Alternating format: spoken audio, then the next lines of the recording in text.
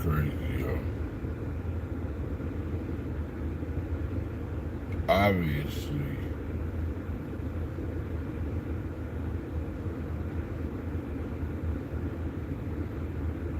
Damn.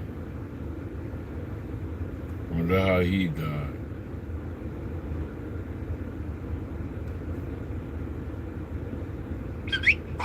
Care instructions for my Gatsby. My gazpacho. Mr. Henry Chicken. Mr. Dirty.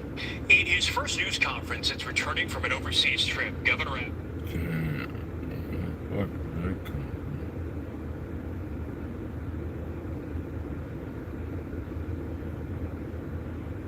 from? We're gonna get into this shit tonight. We got some real shit to talk about. Fact over fiction.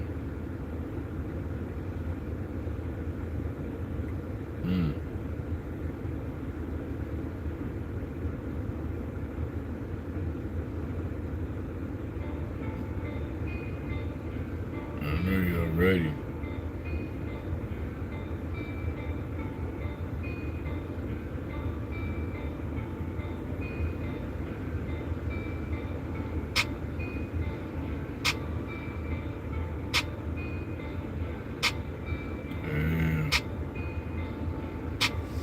I know y'all ready for it, ain't you?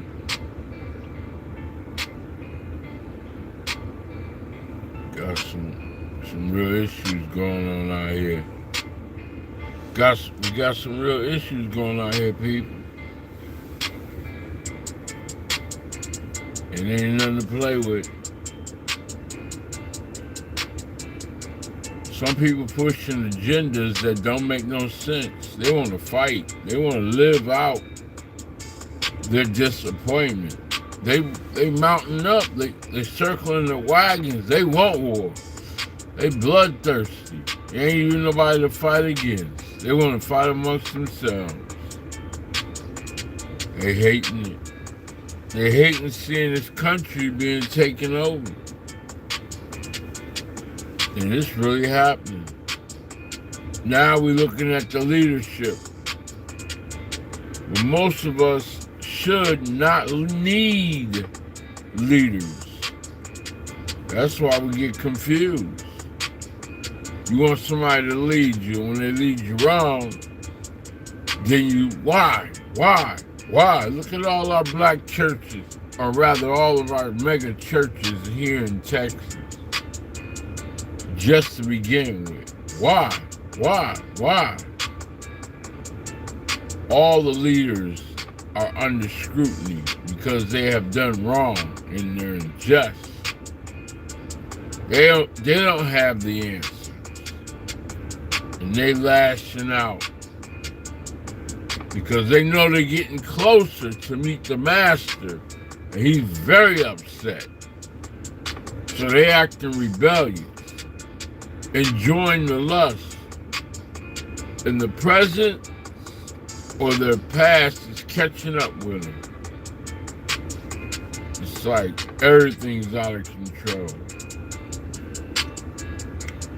We're going to talk about it, not from me, but from black media.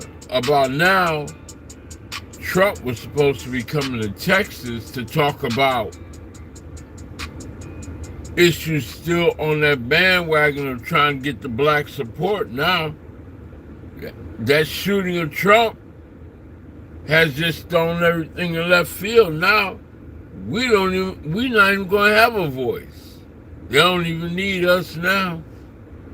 They're trying to make everything come to hope.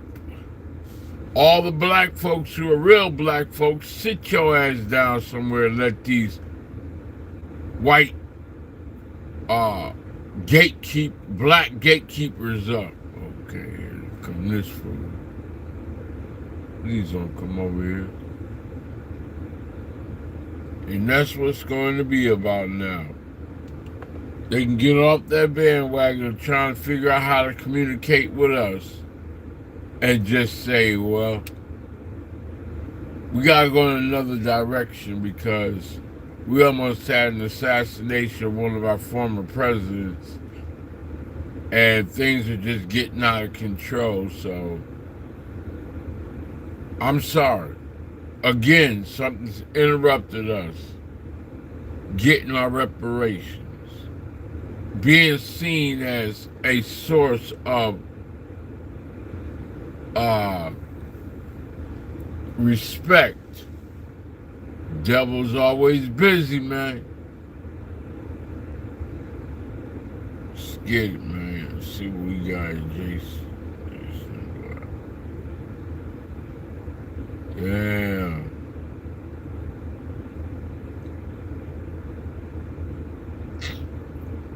But we'll figure it out.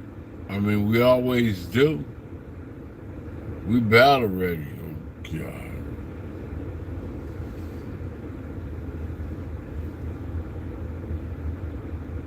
You know what I mean? We battle ready. Gotta watch it. Gotta make sure we understand that we are constantly being sought after. People constantly trying to figure us out.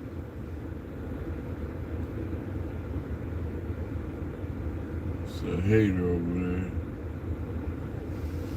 Trying to watch somebody.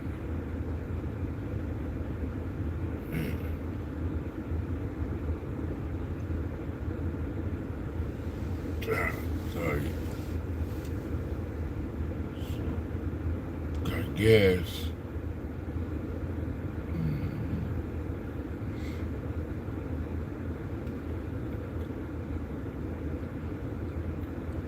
I already know he.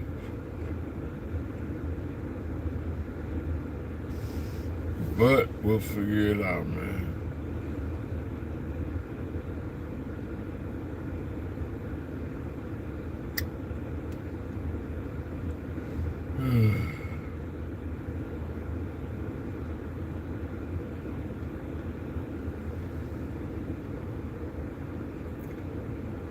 Real.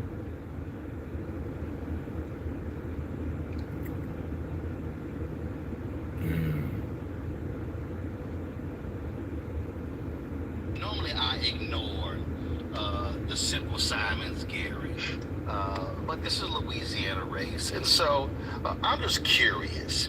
Have you seen or heard that loudmouth ass Jason Black, who's in Louisiana, who's always go to my YouTube page, cause like last year, this little idiot did this thing called Pull Up Summer 2022, which was pretty stupid because he claims that I was running from him at Essence Fest, and he's so irrelevant, the fool don't even know I was there the whole time, and he couldn't even get credentials, but I was all over the place. But it's interesting, I see him, I don't see nothing on here about Louisiana gubernatorial race. Nothing. So I get a kick out of these people who love talking black, who love talking about what black folks should do, who love talking about what other black people should be saying and not saying. And he's sitting there in Louisiana, ain't said nothing about the black guy running for governor, but I'm sure he probably gonna try to call him a sellout like he tried to call you one and everybody else. But I purposely just believe in calling these folks out because what they do is talk trash on YouTube, but do nothing to actually help black people. And if you black and listen to that fool, you stuck on stupid too. You know, Roland, we have a real problem with figuring out how do we collectively advance our people. And a portion of that problem is that some of us speak so much against black progress that we don't contribute anything other than that to black progress, which is not a contribution of any value, to be honest. We have a real opportunity where we can turn things out. And my struggle with all of the people who kick back, and this is for the foundational black Americans who say that we shouldn't enough for black people sometimes, because you say I'm not gonna vote for them just because they're black. When they're black and they got a college degree and a PhD, you got a problem with that. When they're black and they are activists and they're advocates, you got a problem with that. The question is the white man's ice cold? And again, since I'm just going ahead in there, same thing, loudmouth Vicky Dillon. All they do is run their mouth. And again, you got black folks who run it. This is for the governor of Louisiana, second blackest state. On here, I see her talking about Kamala Harris, dogging Joe Biden, saying Clyburn sold us out, saying DNC chairman flees if the black Americans confront him, all this sort of stuff. I don't see nothing on here about the brother who's running for governor. And so all I'm saying to all of these so-called super black people, where you at? Because see, you can't keep saying you want this. To your point, Gary, well, who's going to do it? So let's be real clear. We know what Jeff Landry not going to do.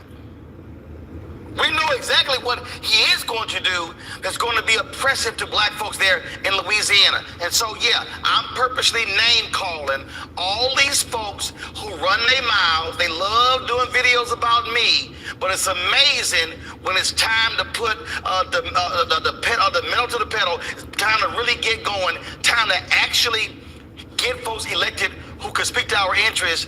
Ooh, they MIA. They in the witness protection program.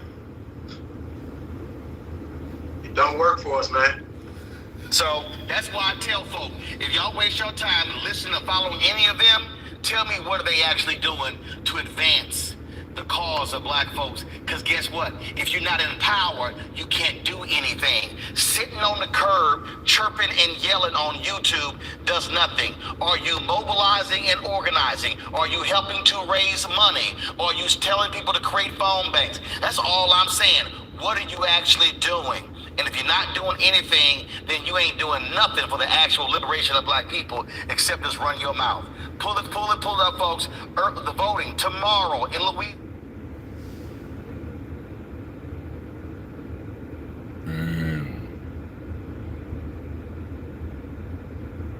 Is it like that?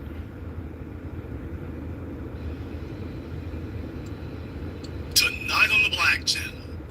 Don't physically what occurred. When we go up as a counter sniper, we put together what they call range fans for our range card. We usually keep it right next to us. It's an overlay of the area, usually a satellite image, and it has our 100-yard line, our 200-yard line, our 300-yard line, and we identify the buildings and the areas for potential. He's going through all the details of exactly what it would take. He's like, by the way, with an average... He's going through all the details of exactly what it would take, and he's like, by the way, with an average person, which was the real thing he wanted to get to, the average person. So, he's talking about... Yeah, he's saying at that distance, usually it'd be a grouping. He's talking about if you fired 5 shots, how close together would they be? And you're talking about inches. You're talking about inches. And so there was a failure in the breach of security. I will identify that immediately. I will tell you that we always take the high ground for your overwatch positions. You always look at what the ability is to see the crowd so that you can mitigate threats at an elevated position. And one of the areas why you look at high angle fire shooting is also the direction and trajectory of the bullet itself. It's not like shooting at a flat trajectory where you have over penetration. You can get other individuals. This is going to eventually just hit into the ground. So the oversight on this is that you're talking about 230 yards, which is nothing for a shot, adjacent to the stage. Now, for those of you here, I'll go ahead and blow this up a little bit on your screen so you can see it if you had not seen it before there. This is showing you the area yesterday and showing you where the president was versus where the gunman was. So you can see up here in the upper right corner where the location of the suspected gunman was and the location of where he was shooting at. So he was shooting from the side. And yeah, had you right where he wanted you. Had you right where he wanted you. So this guy apparently wasn't a professional. He was only 20 years old, so it's not like, I don't think he was in the military or anything like that. He was 20 years old. I think he got his dad's gun. So don't worry, we're going to get into that also. Of the president. So the oversight on this is that you're talking about 230 yards, which is nothing for a shot, adjacent to the stage of the president. and there was no one on that building. No one, even if you're not going to put anyone on the building, standing next to the building to ensure there's no access to the building. So I'm glad that the speaker is going to do an investigation on this, because I think that it's warranted. I think that I applaud again what the Secret Service detail had done, what the Counter Sniper CS team has done. But I will tell you, this is a massive security breach in my opinion. Yeah, well, and we can show on the screen too. So this is first of all, we're looking at a map here, or we were looking at a map. And if we could bring up, there's imagery of the shooter, deceased shooter, on the top of a rooftop, just to kind of give people some context of what we're looking for here. But to just sort of, Congressman, like. So I think you all get the idea here of exactly what was going on there. And he talks about this a little bit later when he was talking with the panel, when they have a panel of people up there actually. And he was telling them about, by the way, he could take any of them within a day. And, well, any of them within a short amount of time to be able to show them. By the way, from that distance, it sounds like a long distance, but in reality, it's actually not. In reality, it's actually not. So I thought those are very good details to have. By the way, YouTube, fair use. Like, dig in on this. There were also reports, and we have some information coming into CNN this morning, that somebody was seen going roof to roof. There was an eyewitness that talked to the BBC about trying to warn people about this. I guess I'm just trying to wrap my head around. I mean, it sounds to me like you're saying this was an incredibly significant. This is a very significant security breach, and this is why it's so important, not only to ensure that presidential candidates and others had the necessary resources on their details, and not to try and save money by trying to cut or deny resource and details. Look, you're talking about even, Kennedy himself, who's running right now, has denied his own detail. I mean, he was supposed to get a security detail as a presidential nominee, or, for the independent party, but he didn't even get an actual, and you're talking about a guy who lost his dad and his uncle. So, it is serious when you talk about security breaches and you talk about the apparatuses that. So you hear what he just said there about RFK Jr., that, by the way, he doesn't have adequate protection, and he lost a father and an uncle, and yeah, they kind of just hanging out there. Are being utilized. And so I would just stress the fact that not only do I see this as a massive security breach, but also we have to play into a part of, you have to work with your local law enforcement departments. You have to work in with other agencies and coordinate to ensure that at a minimum, I would have said, you have a local law enforcement officer at that location where that building is, to ensure that no one can gain access to a higher ground location. That in itself could have prevented this actual shooting. Congressman, you also said. Now, we don't have details on why exactly that roof in particular was, not allowed for anybody to be on there or whatever. Not really sure why that's occurred yet. Not yet, but we'll see. That you spoke with Eric Trump last night. Can you tell us a little bit about how the family is coping and what else you spoke about?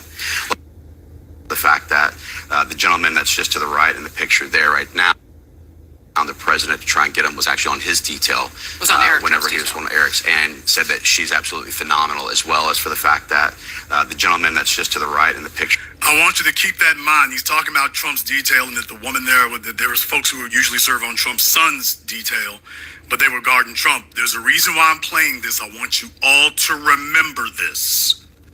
On the president to try and get him, was actually on his detail whenever he was on Eric's, and said that she's absolutely phenomenal, as well as he felt very strongly, one, about the excellent job that the Secret Service has done. One of the females that was actually corralling around the president to try and get him was actually on his detail whenever he was on Eric's, and said that she's absolutely phenomenal, as well as for the fact that the gentleman that's just to the right in the picture there right now, Eric said these are some of the most loyal, most dedicated, most committed individuals that you'll ever find. And, he is continued to provide accolades, and even to the CS teams, the counter sniper teams, say these are the guys who are the best of the best. I've shot with them. I've seen what they do. Whether it be at Quantico, whether it be at Meade, wherever be the case. But his concern is that he definitely said, Corey, if that was you or I, this would have been a whole different story. So remember that part about the woman. We'll come back to it, but remember that part about the woman here on the screen, because she's the one they're talking about. Remember that. It'll be relevant. In our earlier segment, this is a time that is not about partisanship right now. This is not a Democrat, Republican. This is a very pivotal point. I'm going to open up to questions from the panel here in just a second, but I also do want to ask you, you are a sniper yourself. You have been a sniper yourself.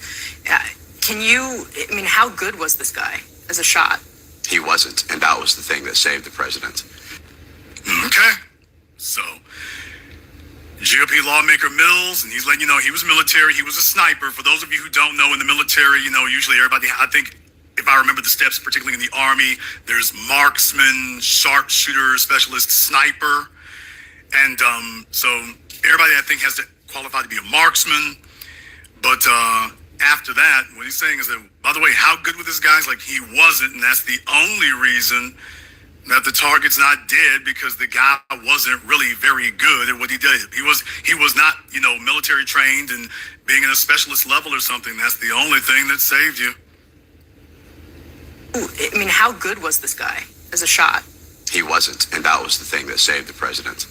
The bottom line is that I can tell you with absolute certainty, if you put me at 200 yards, we were trained that anything within 300 yards and in, you would only do what they call hollow T's, which is here and here. That is your only mark in which you're actually aiming and shooting for. Anything beyond that, you basically do a center mass shot. By the way, I want you all to pay attention to this, because a lot of us talk about the military. You talk about the Panthers and what they knew and things like that, and studying military tactics. A bunch of you are completely unaware of how they operate, especially at the sniper level. So you'll talk about Dr. King and things like that, and not really even aware of the mechanics of how snipers operate, or methods and protocol and procedures that they use. And he's telling you exactly what it is they would use. And he's like, by the way, if we're at this range, this is how I do it. Wouldn't even have to really dial it in, and only a little bit further out, okay, then maybe we can start dialing it in. So he's letting you know at 200 yards, it's like, man, really don't even have to try that hard. But what he's about to do is explain to you the difference between hitting between the head, which is what the guy was aiming for. He was aiming for Trump's head, and he's explaining the circumstances under which they would do that, versus center mass.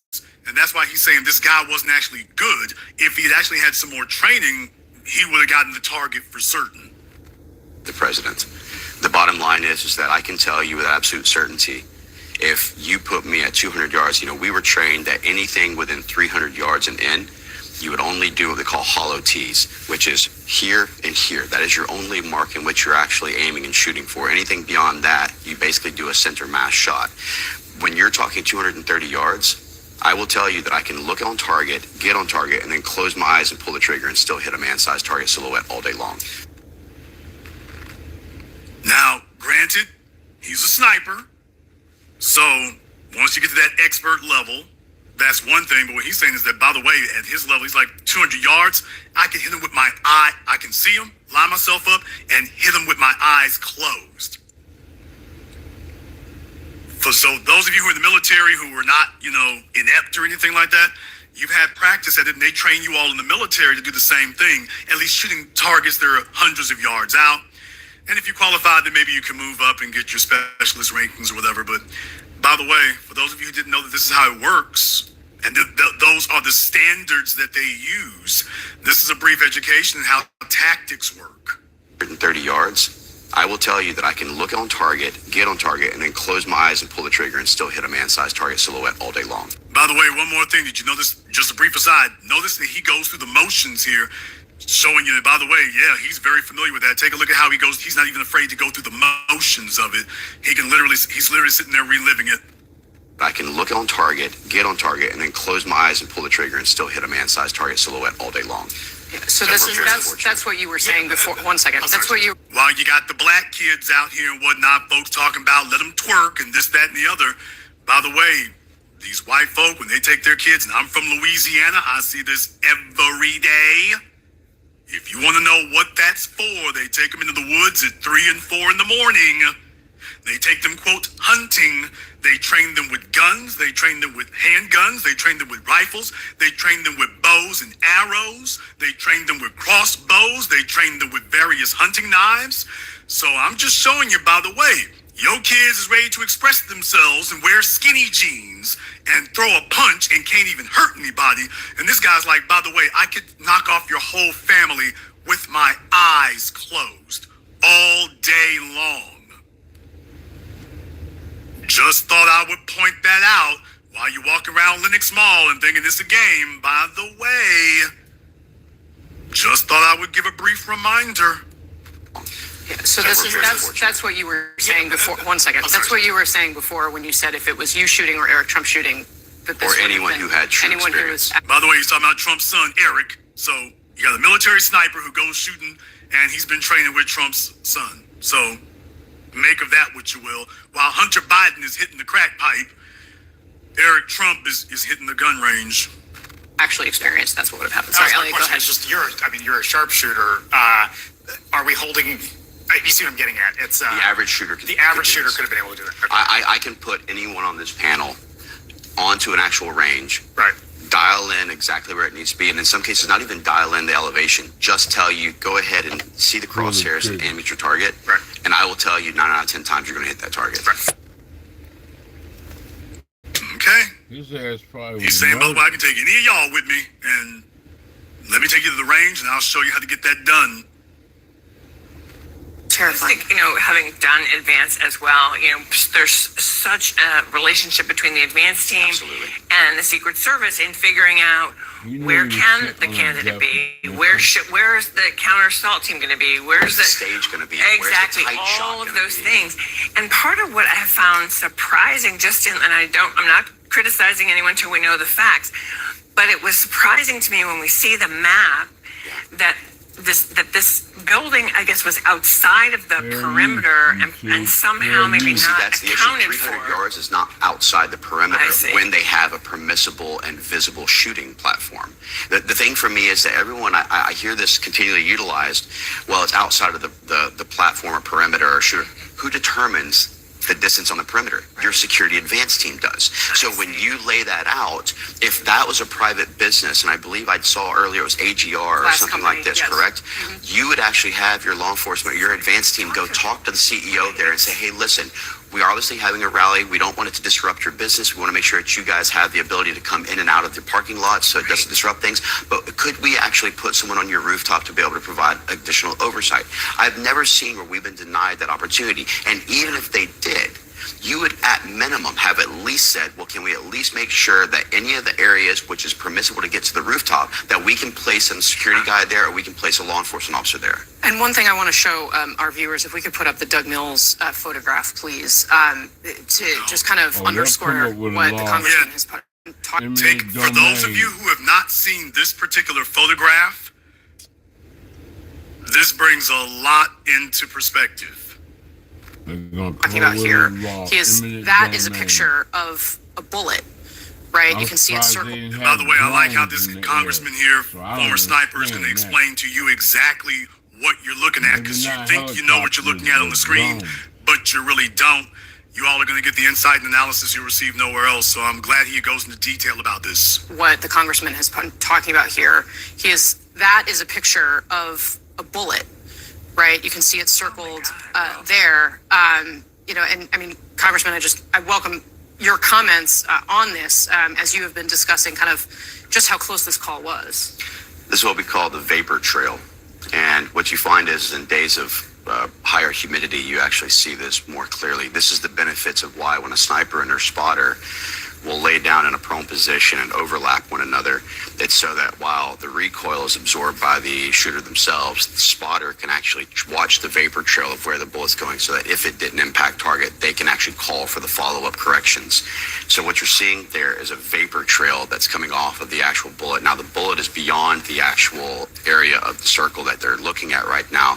That is obviously the trailing area, but the point is that you see that literally, as I stated earlier, milliseconds and millimeters matter. And the president is exceptionally blessed and fortunate, and thank God he had God's hand to protect him at this moment. But this is a huge security breach where I love our law enforcement officers. I love our federal law enforcement officers, but this has to go beyond just their internal investigation. This needs to be a congressional oversight investigation. This needs to be ensuring that everyone in the American populace can say, I am confident with the findings of this. They don't feel that it's a quoted inside job. They don't feel like this is something that was just other than a security breach or a security flaw. So you notice in reality there, that's not even actually the bullet. That's just the vapor trail. The bullet would actually be somewhere up here. but that's just the vapor trail of the bullet. That's not even it. The bullet's somewhere up here. So, yeah, talk about your close calls. Talk about your close calls. I'm going to get into some of the silliness in particular about things being fake and staged, because that's the scariest part about all of this, is that if you are not able to solidify reality from fiction, that you live with a cell phone glued in front of your face for so many hours, and you watch movies online so much and reality TV shows so much that you are so distanced from the real physical world that you can't distinguish what is actually real from what's fake, you're useless to us. Well, let me be very, very clear about that. We're going to talk about Amanda Seals tonight. Don't worry. 720 degrees. We're going to get to it. But let me be very, very clear. You're useless to us. Stadium didn't move. If you're a person who cannot distinguish obvious fact from obvious fiction, you're not a person with an alternative view or a person with an alternative opinion. We live in a real physical world of real physical facts. If you can't tell a real physical thing when you see it, you're useless to us. You're worthless. Because you're such an idiot and a coward that everything's fake to you until it finally knocks your head off. And then guess what? Hey, stupid, everybody around you is going to say that what just happened to you is fake. But they get paid to go there. That's the problem with dealing with people who can't distinguish fact from fiction, and everything is entertainment to them because their only interaction with the world is through a computer screen or a cell phone screen. Everything's fake to them unless they experience it themselves, and then when if they do experience it, everybody around them thinks it's fake too. It becomes a disease. It becomes a disease. I'd like to tell you all here that folks minded their manners, but they did not. Now, what we're going to do now is we're going to switch over to something a little bit different here. We're going to switch over to something a little bit different because I want us to go ahead and go over to the white supremacist media. Yes, we're going to go ahead and have a little bit of a check-in with them. First and foremost, we're going to go and take a look at Megyn Kelly. Megyn Kelly, who Donald Trump, as you all heard me talk about before here, Trump still disses her. Megyn Kelly had a few choice words, and of course, kind of goes in a direction that you could probably predict. So she's going to talk about Joe Biden, and she's going to say that Joe Biden, all this demonizing Trump was created an environment where folk would want to kill Trump. Okay, well, she has an opinion on that, but listen carefully. I would be remiss in my duty if I did not point out that he just on July 8th said to a group of Democrats whom he was trying to shore up about his mental acuity, quote, "We're done talking about the debate. It's time to put Trump in a bullseye." The left, the headlines in the New York Times, Rich, when Sarah Palin had what looked like a gun sight on certain districts prior to Gabby Giffords being shot, led to litigation that went on for years about whether she had been the subject of what she called a blood libel. And now you've got the sitting president who's been so loose with his language. He called Kyle Rittenhouse a white supremacist, despite the fact that there was zero evidence for that and none of it was borne out in that trial. Huh? Now, where in the hell did that come from? What does that have to do with anything? What does that have to do with Donald Trump? Well, that's her correlation. Okay, she went from talking about Donald Trump, she went from defending Donald Trump to defending Kyle Rittenhouse. That's her correlation. So if you were wondering if that's the case or not, if you were wondering whether or not that was an issue there, man, okay, just all right. There's all you need to see right there. Where did that come from? That's just how where did that come from? Right wingers speak. We're just sitting here watching her, and then all of a sudden she's defending Kyle Rittenhouse and white supremacists. All of a sudden So Megyn Kelly's showing you that she has not changed her stripes. Although she probably should have. She probably should have. Don't worry, that one will come back to bite you, Megyn. You're desperate to hold on to what little relevance and income you got left. But by the way, I got a feeling that one's going to come back to bite you. Got a feeling it's going to come back to bite you. All right, next, I want to go over here and go to America's favorite bed wench, Candace Owens. Yes, Candace Owens wanted to go ahead and weigh in. Candace could have just stayed quiet, but of course that would just be too damn easy. So let me go ahead and start here first, because she talks about the alleged shooter. Matthew Crooks. Can't even really say the alleged shooter. The FBI and everybody is saying that that's him. So I want you to hear this. And by the way, fair use. Listen to what she has to say here. It's amazing some of the flip-flops and spinning turns that some of these people will do. I guess appropriate in this scenario. And of course, the first thing that people are saying is that he looks like a soy boy. And you know what? She's talking about the shooter now. She's saying that people are saying that the shooter looks like a soy boy. Failure in intelligence. I refuse to believe that. I'm not going to be deluded by anybody's press conference. I'm not going to be deluded by the insistence from all of these media mockingbirds that all of this happened because it was just a remarkable failure in intelligence, what they always tell us. No, I don't believe that because I know better. I know the kind of evil that we are fighting, and we're going to get to all parts of that. So let's first jump into everything we know about the shooter. The shooter has been identified, again, as an individual named Thomas Matthew Crooks. Last name, I guess, appropriate in this scenario. And of course, the first thing that people are saying is that he looks like a soy boy. And you know what? I'm sort of recognizing this as a theme. Why do... Okay, in the chat room, there's a bunch of folks saying soy boy. What does that mean? Yeah. This really started with the alt-right. Guys like the Quartering. This really started with them. But when they say soy boy, it's basically referring to when you were raised or when you were a baby or an infant or a toddler, that you were fed soy milk as opposed to, natural milk, and that's effeminized you and you're kind of recessive. So when they say soy boy, that's what they're referencing. These are code words, by the way. Everybody got code words. They're all on code about. So when you hear soy boy, what they mean is that they're making a reference that you're soft, you're effeminate, you were raised on soy milk as opposed to natural milk. So yeah, because there's estrogen in soy.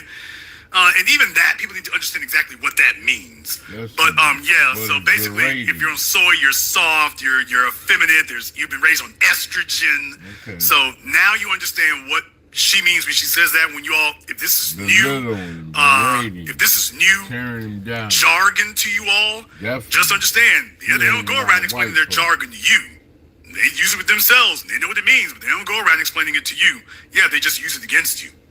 Failure in intelligence, what they always tell us. No, I don't believe that because I know better.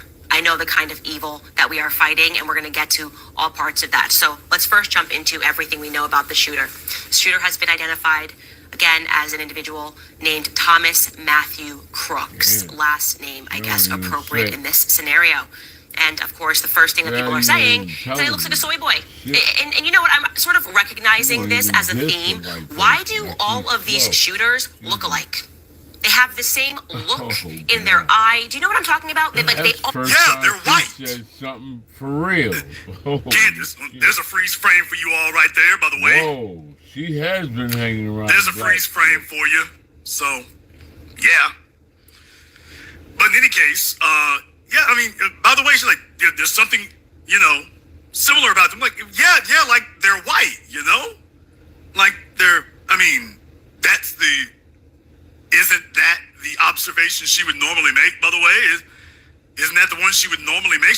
I noticed something is the same about them all, because you see, if we were talking about alleged so-called black on black crime, why Candace would immediately let you all know about the racial component if we were talking about so-called black on black crime.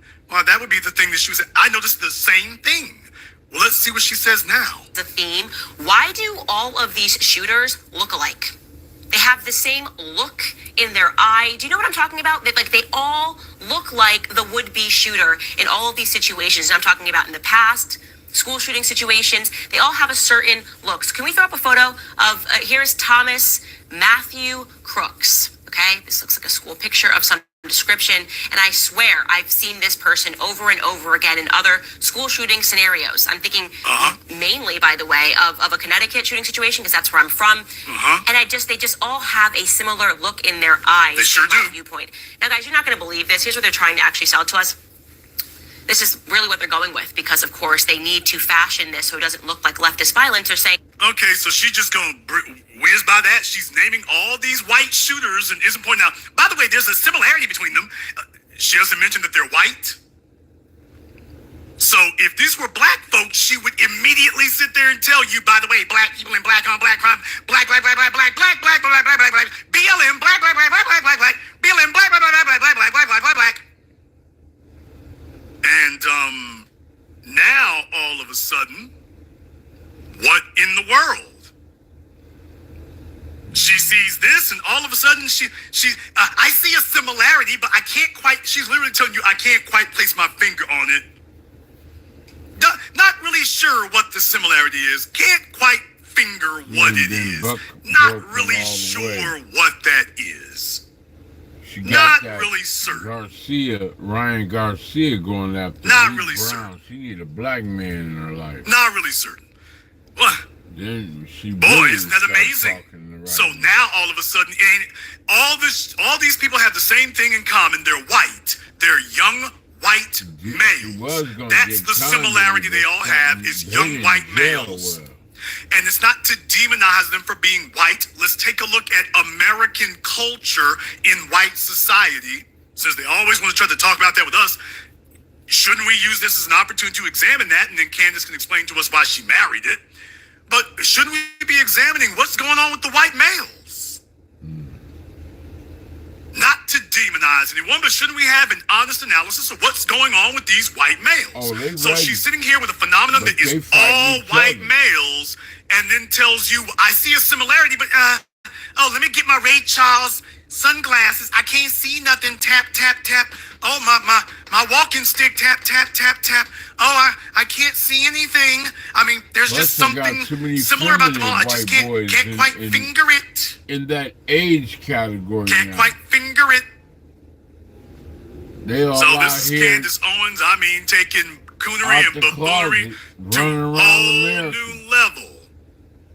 By the way, Ben Shapiro, everyone's favorite Jewish white supremacist, also had a few things he wanted to say here as well. Just thought I would go ahead and show that one to you. Yeah, we have seen an increase in political violence in this country over the course of the last 5 years, truly touching off with the riots of 2020. There were obviously riots in 2014 that were winked and nodded at by federal law enforcement. That's a little bit more than 5 years, wouldn't you say there, Benny boy? 20. There were obviously riots in 2014 that were winked and nodded at by federal law enforcement. 2020 was the culmination of that. We saw political violence at the congressional baseball shooting. We've seen political violence in the attempted assassination of Brett Kavanaugh. This is a dark era. We are re-entering an era in which political assassination is considered part of the normal life of the nation. If what happened yesterday. Okay, he mentions 2020 and doesn't mention January 6th. What? Yeah, in the chat room, you're right. Speaking of soy boys,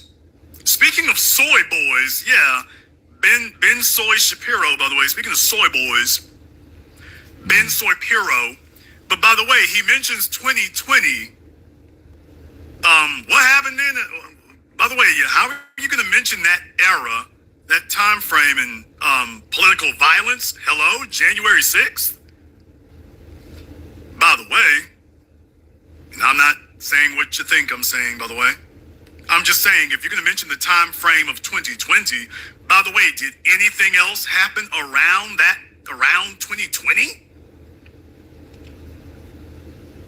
Did Did anything else happen around 2020? You know, like the end of anything happen anywhere around there? You know, any political violence happened somewhere in the vicinity of 2020? I'm talking about very close vicinity of 2020. Anything else happen, Benny boy? You know, it's something that would make international headline news. You know, any coups or anything, any white supremacists marching on the Capitol building, or something like that. Would that qualify, Benny boy? No, because Ben Shapiro's running around telling people that wasn't a riot, that wasn't an insurrection. He's been saying that the whole time. No, that was a peaceful protest. He's still saying that. That was a peaceful protest. Yes, I mean he looks like one of the suspects. He sure as hell does. Although if he had a gun in his hands, the recoil would throw his little sorry ass clean across the room like a rocket. So it's just wouldn't work for him. So yeah, him, Megyn Kelly, Candace Owens, they're all on code with the selective amnesia, but taking shots at us. They can't just take shots at Biden. They want to sit up here and say, okay, we always got to connect Biden. If we're going to diss somebody, we got to connect black folk. We're not going to sit up here and just bang on white people. We got to bang on black folk. We got to bang on them. But there's a lesson to be learned in here, because now we come to the next part. Because these folks are not done. These folks are not done, and there's a lesson for people to keep in mind here. Now, I'm going to start with Candace Owens. I'm going to start with her. This is going to be, I need to play an extended piece of this because I want you to hear everything she has to say. And strap in, boys and girls, because she's taking you for the ride. That we get, something happens to a kid, I very much want there to be women there. When we are talking about guarding the life of President Donald J. Trump, the fact that there were so many women there is just unbelievable. And I'm going to show you, by the way.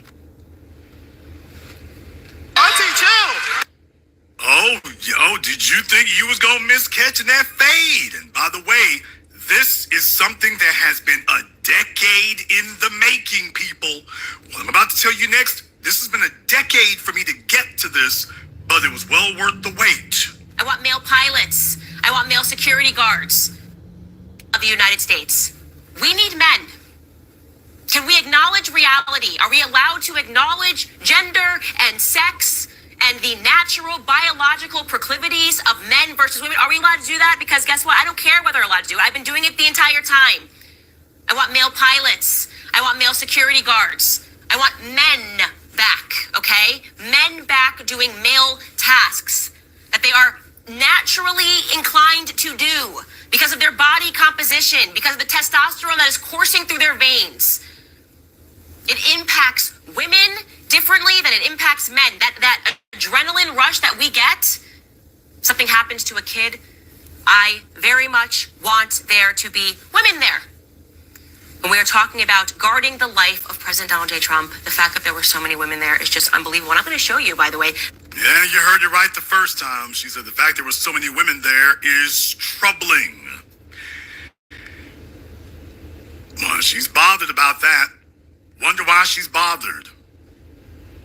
The director of Secret Service, Kim Cheadle, where her priorities were. You're not going to believe this, you guys. DEI. Yeah, she wanted to make sure, as the new director of Secret Service, that we were being diverse, equitable, and inclusive enough going forward. I'm going to show you this clip, and then we're going to probably have to cut to Joe Biden's remarks. Take a look at this. To expand hiring, they're aiming to have 30% women recruits by 2030, and even allow YouTube influencer Michelle Carey to train with agents. But I'm very conscious, as I sit in this chair now, of making sure that we need to attract diverse candidates and ensure that we are developing and giving opportunities to everybody in our workforce, and particularly women. That workforce will be pivotal for the 2024 campaign season, which for the first time includes a former president who already has lifetime protection. Agents were there when Donald Trump was arraigned in New York. We were able to work out the details details ahead of time of how that particular day was going to go, but we will always ensure the safety of all of our protectees that we have. The service has a zero-fail mission, a mission officers are training to uphold, pretending this field is the most famous address in America.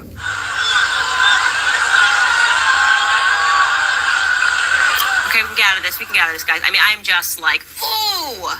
When I say ooh, guess what? That punch would hurt less than if a man had done it. You want to know why? Because I'm a woman. I don't mind these women in roles if they're organizing the security apparatus. I think women are very good at organizing. We are naturally more organized, okay? I think that women do better when it comes to multitasking. Oh, okay. For all of you, I love Candace Owens, people. By the way, she couldn't help but show you that feminist side, for those of you who don't know. Yeah, when you talk about these so-called right-wingers and trad-con females and whatnot sitting up here running that game on you because you're a little too slow to realize that this is a game. She running game on you, and this is for money and clicks and views. That, by the way, her and Tommy Lauren and the rest of your females on Fox News, they have no problem executing feminism on you and telling you what women are better at. So she invents that when all of a sudden men are better in logical and logistics, and then she puts in multitasking. Excuse me, the logical, logistical minded people would be better at that too. So you're kind of just fabricating that out of thin air. Women are probably better at nurturing than men are. Now you can say that one probably, but multitasking, okay, now you're just making things up, freestyling. But for those of you who didn't know, she's running game on you. Yeah, just that quickly she inserted. By the way, women are better than men at certain things. Remember, that's going to come back to bite you. Just like Tommy Lauren and the rest. Yeah, she's leaving that in there to let you know, by the way, at some point, we're going to come back to bite you with it. Just one example. That's why there's the expression, if you want to get something done, hand it to a busy mom. What? Boy, what in the hell's the matter with you? Yeah, y'all thought I was just making that up right there. No, she just sat there and said it to you. I think women are very good at organizing. We are naturally more organized, okay? I think that women do better when it comes to multitasking, as just one example. That's why there's the expression, if you want to get something done, hand it to a busy mom. Okay, all you fellas out there falling for Candace Owens' right-wing little old propaganda show that she puts on. For everybody who's falling for that charade as you men, that's right. She's going to tell all the traditional women, okay. Why, she's a strong, submissive woman. Nothing wrong with being a submissive female. Oh, did that sound submissive to you? For those of you falling for that little right-wing, traditional female con job. I love me some Candace Owens. All right, dumbass. Okay, there you go. I think women are very good at organizing. We are naturally more organized, okay? I think that women do better when it comes to multitasking, as just one example. That's why there's the expression, if you want to get something done, hand it to a busy mom. Do you know what we're not good at? Now we're hearing the third time. Being under pressure in situations that are life or death, okay? That is not our natural proclivity. Now, the kids there, I've seen some incredible things. But when it comes to this sort of an operation, you're trying to strive to have majority women? Who do you think could win in a fight? Okay, first of all, they didn't say majority women. So remember, if you have to lie to make a point, that tells you something. The woman said, they clearly said 30%. They want to have majority women? So just understand this. If you listen to this stuff, you're not really trying to get in touch with realities. Just all political. So she has no problem lying to your face. But then again, the folks who actually listen to her and take her seriously, they're not listening. They're just, the whole thing is hate, hate, hate. Here we go. Hate, hate, hate. All right. But you know, I couldn't help but notice something. I couldn't help but notice something when Candace Owens said that. When I listened to Ben Shapiro, I couldn't help but notice. Context about the House Republican investigation already underway into whether the agency's DEI policies are affecting its readiness. The blowback against the Secret Service started within the hour of the assassination attempt and continued even after Trump and others credited the agency with saving Trump's life by quickly killing a shooter crawling across a nearby rooftop. But a source within the Secret Service community tells Real Clear Politics the agency rules of engagement in this situation are to wait until the president is fired upon to return fire. You want to take a shot, then find out the guy was holding a telescope, the source suggested? The Secret Service is by nature reactive, and you better be right when you do react or you're effed. So first of all, that protocol should probably change. If you are foolish enough to go up top of a roof and bring a telescope, then Secret Service has to do its job. It has to take preventative measures. The Secret Service protocol requires a counter sniper aware of a potential shooter to radio directly to Intel Division team to respond and investigate. In this case, the investigation may have been cut short by the shooter firing his weapon, so the counter sniper then fired as quickly as possible in return. The source praised the counter sniper who acquired the target and responded within 3 seconds, calling their performance incredible. The counter snipers are highly trained and extremely accurate. However, that is the answer as to why the shots went off first. The real question is, why in the world was this person on the roof of an adjacent building with a rifle? So here... That's a very good question. I wonder who made the call that day, because Ben, Candace, and nobody else points it out. So if it was a white guy who was in charge of setting up the perimeter and deciding what had to be cleared and what didn't, are Ben Shapiro and Candace Owens going to come back and say, you know, the problem isn't DEI, the problem is white, WHITE? Are they going to come back and say that, or are they just going to sink into the background and be quiet? There's video that has emerged of Trump rallygoers shouting that they see the shooter moments before the shooting. So don't expect Ben to come back here and actually give you some details about that. He's definitely going to be very, very sparse on details, because that doesn't really serve his interests. Now, this is going to be a little bit extended here. I'm going to play a little bit more, but this is going to be a little bit extended because I want you to get the full context of this. So please bear with me. There's a reason why I want you all to see this. For him are people who are shorter and smaller than President Trump, which is a disaster area. You know, I travel with private security. I am not President Trump. I guess the nation of President Trump. Many of the people who are attempting to jump on him and cover him are people who are shorter and smaller than President Trump, which is a disaster area. You know, I travel with private security. I am not President Trump. I get some threats. I am not President Trump. My security, they are bigger and stronger than I am. That's why they're security. If you can't shield President Trump with your body, what are you even doing in this job? This particular video has gone viral, as well it should. It is video of President Trump climbing into his travel vehicle here. And as you'll see, there are 2 Secret Service agents standing by the car. Both of them are female.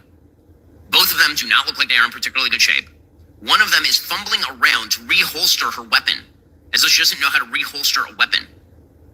It looks like something out of Reno 911. It's pathetic. Here is some of the footage.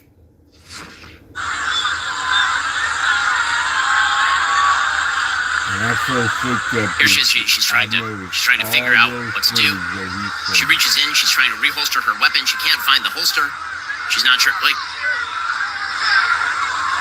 And they worrying about us. This, of course, he's grossly exaggerating about that, but there's a few points to make. Is raising some fairly serious questions about what in the hell is Secret Service staffing? How in the hell are they staffing this thing?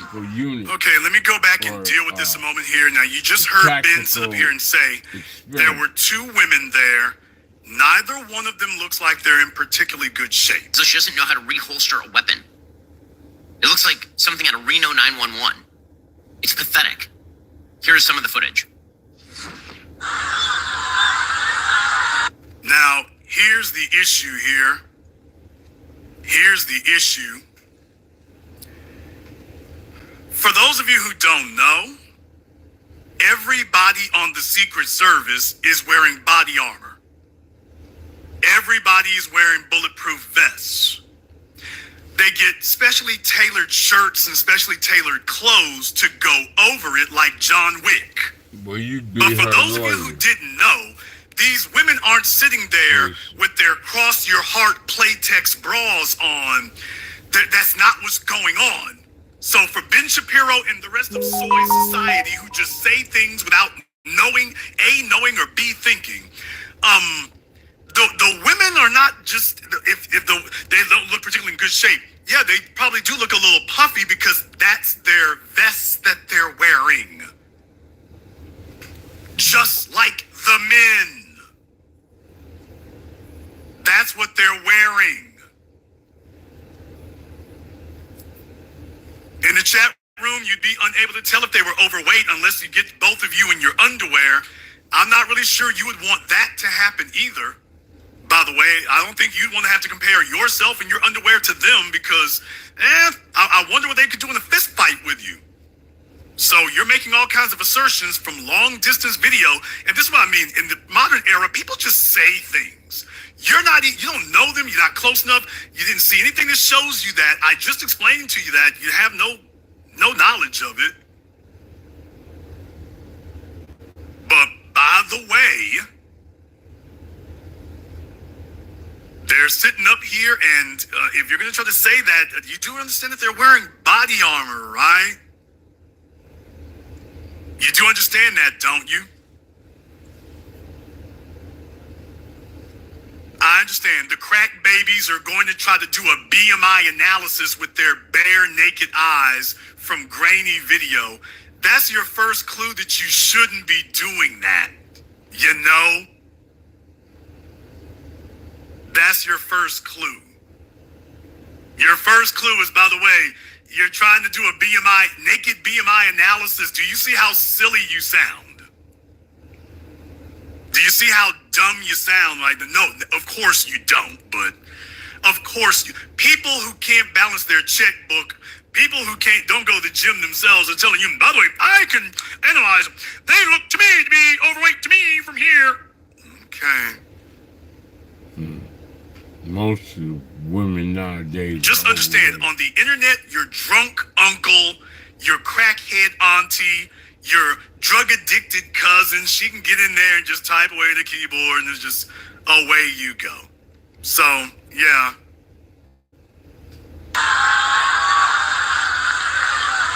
Here she is. She's trying to figure out what to do. She reaches in. She's trying to reholster her weapon. She can't find the holster. She's not sure.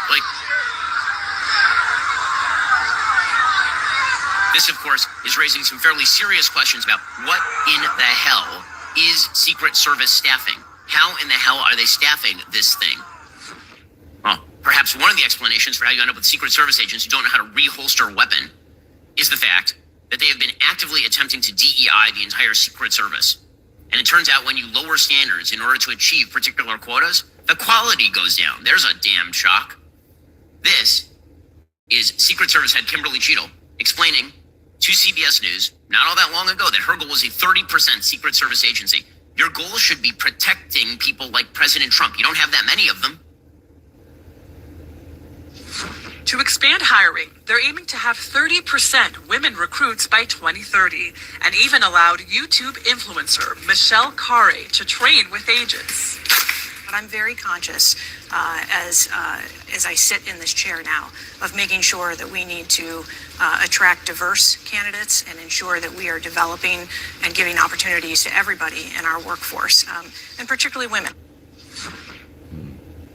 I'm sorry, that is not the goal of the Secret Service. And once again, the peculiar oddity of diversity, equity, and inclusion, in which it matters more who does the job than how well they do it, has consequences.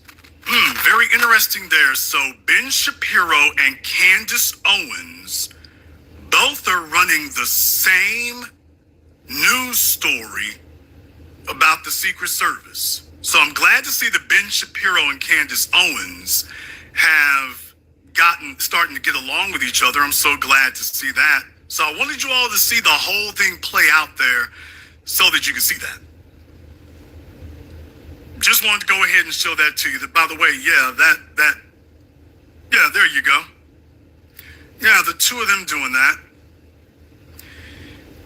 Now, just to put this in perspective, you just heard Ben Shapiro and some of you ADHD kids in the chat room doing your best to overcome your lead pipe affliction from all the lead water you drank as children.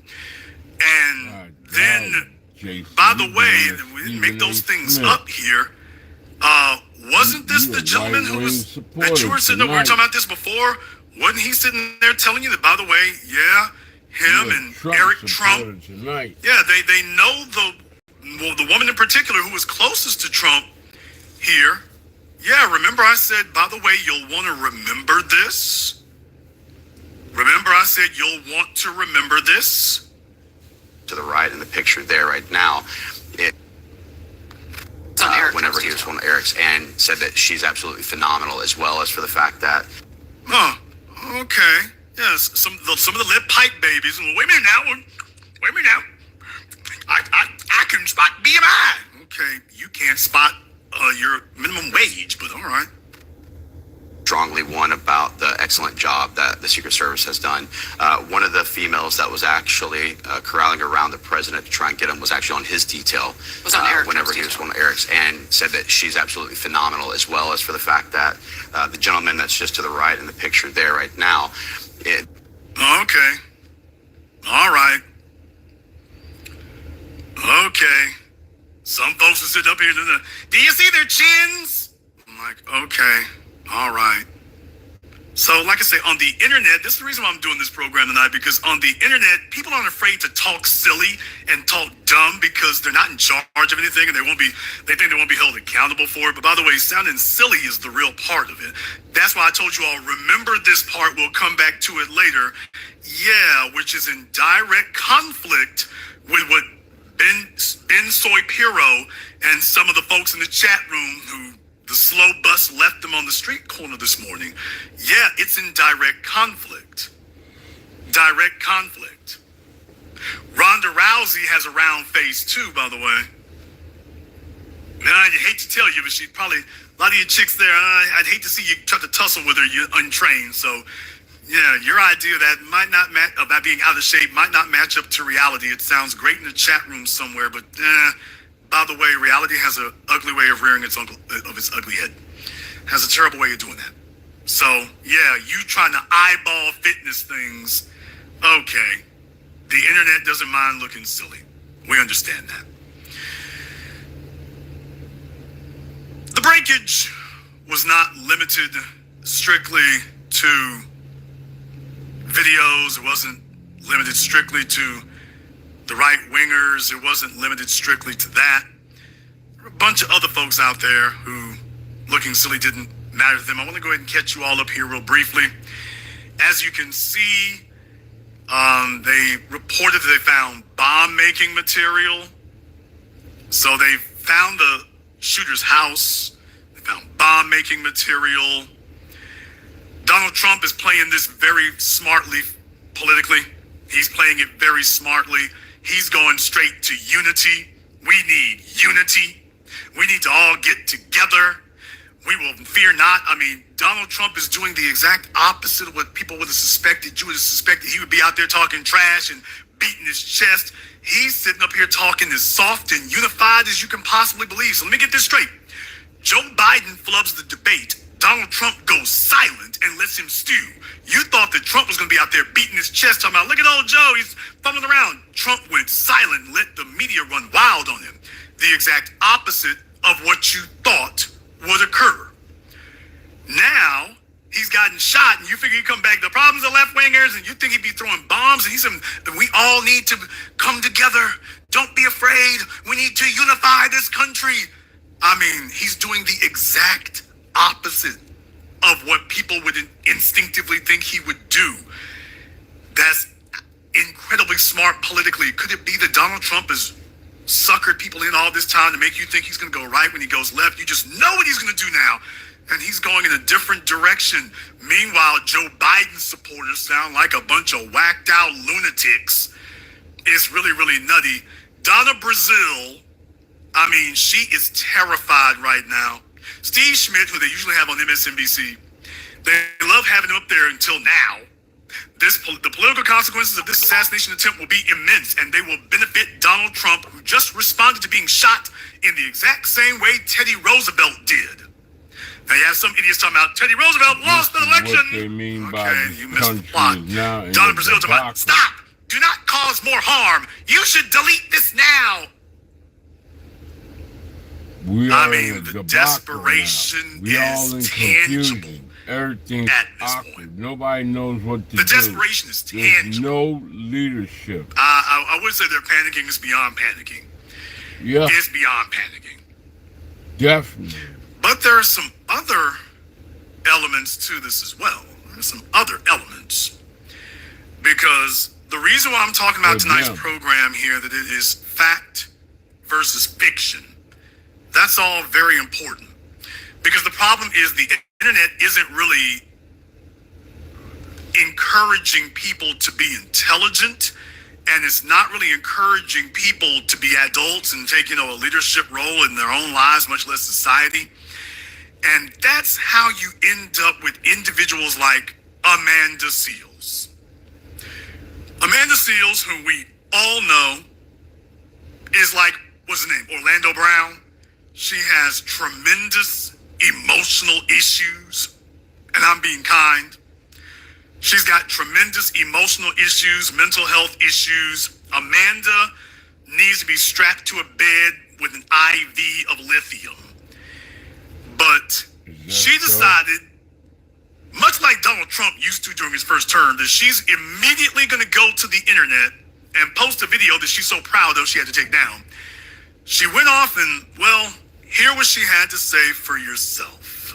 That shit was more staged than a Tyler Perry production of Medea Runs for President.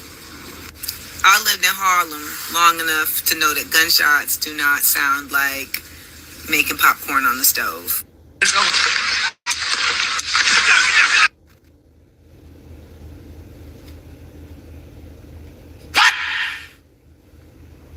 People. This is what I'm saying. Some of the ADHD kids, they look out of shape to me. That doesn't sound like gunshots. That sounds like popcorn. You do understand that those are microphones that are a distance away from where the shots are taking place, right? In the case of the shooter, it's a couple of 100 yards away. And she's telling you all that the little microphone on top of the cameras, that doesn't sound like Hollywood. That doesn't sound like a shooting next door. No, the sniper is hundreds of yards away. Sounds like popcorn to me. To my ears, I heard the audio clearly from the television, and it sounds like popcorn to me.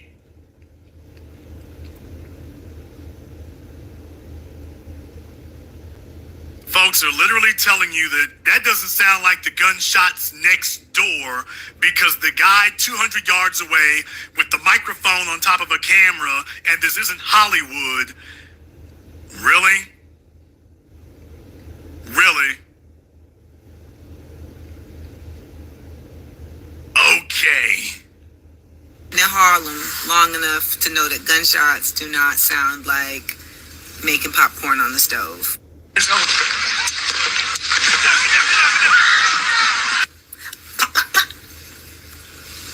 Where'd the blood come from? So in theater, in movies, they have what's called blood pellets. They even, people use them in Halloween. It's basically a pellet of fake blood that's in your mouth, and when you crush it, the blood comes out. To be frank, Small Hands Trump would not respond by raising his fist in the air triumphantly were an actual attempt made on his life. This was, I believe, done to try to show his strength counter to Biden's fragility. Ba-dum-bum. Oh my God. Molly, you in danger, girl. Show his strength. Yeah, Molly. Whoever gave her the mollies, yes, you're in danger.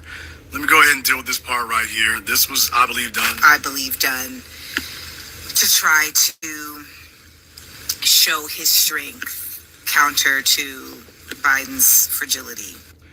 Ma'am, Donald Trump, it doesn't need to do anything to make Joe Biden look fragile. Joe Biden is doing that all by himself every time he gets in front of a microphone, every time he attempts to walk, every time he attempts to speak. Every time he attempts to bend over and pick up something, he's the one showing his fragility. Trump doesn't even have to say anything.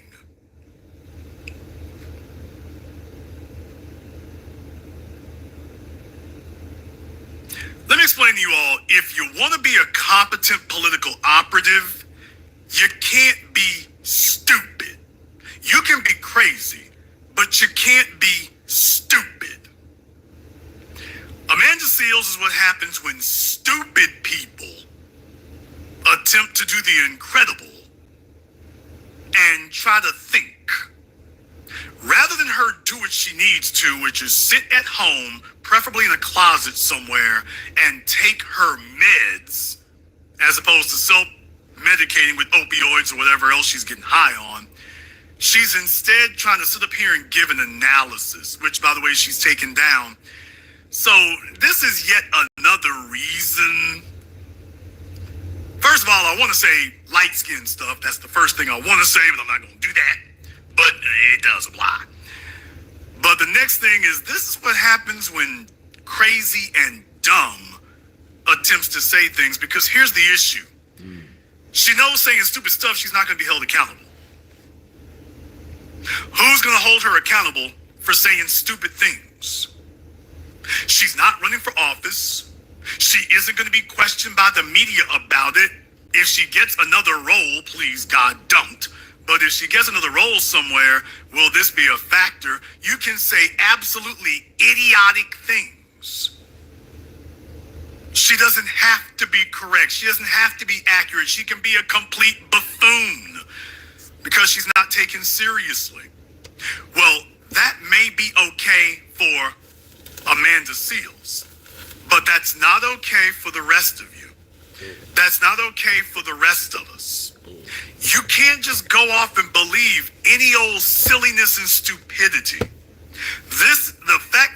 The first thing you saw was clowns and morons of every stripe sitting up here posing. That's fake, that's staged. And what I'm saying is that right there, first of all, you all think that you're helping Joe Biden.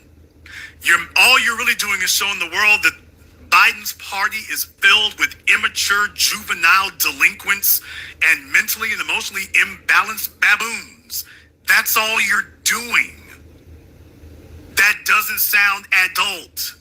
This is a time for you to be sounding like the most mature adult people in the room. And you're not. You sound stupid.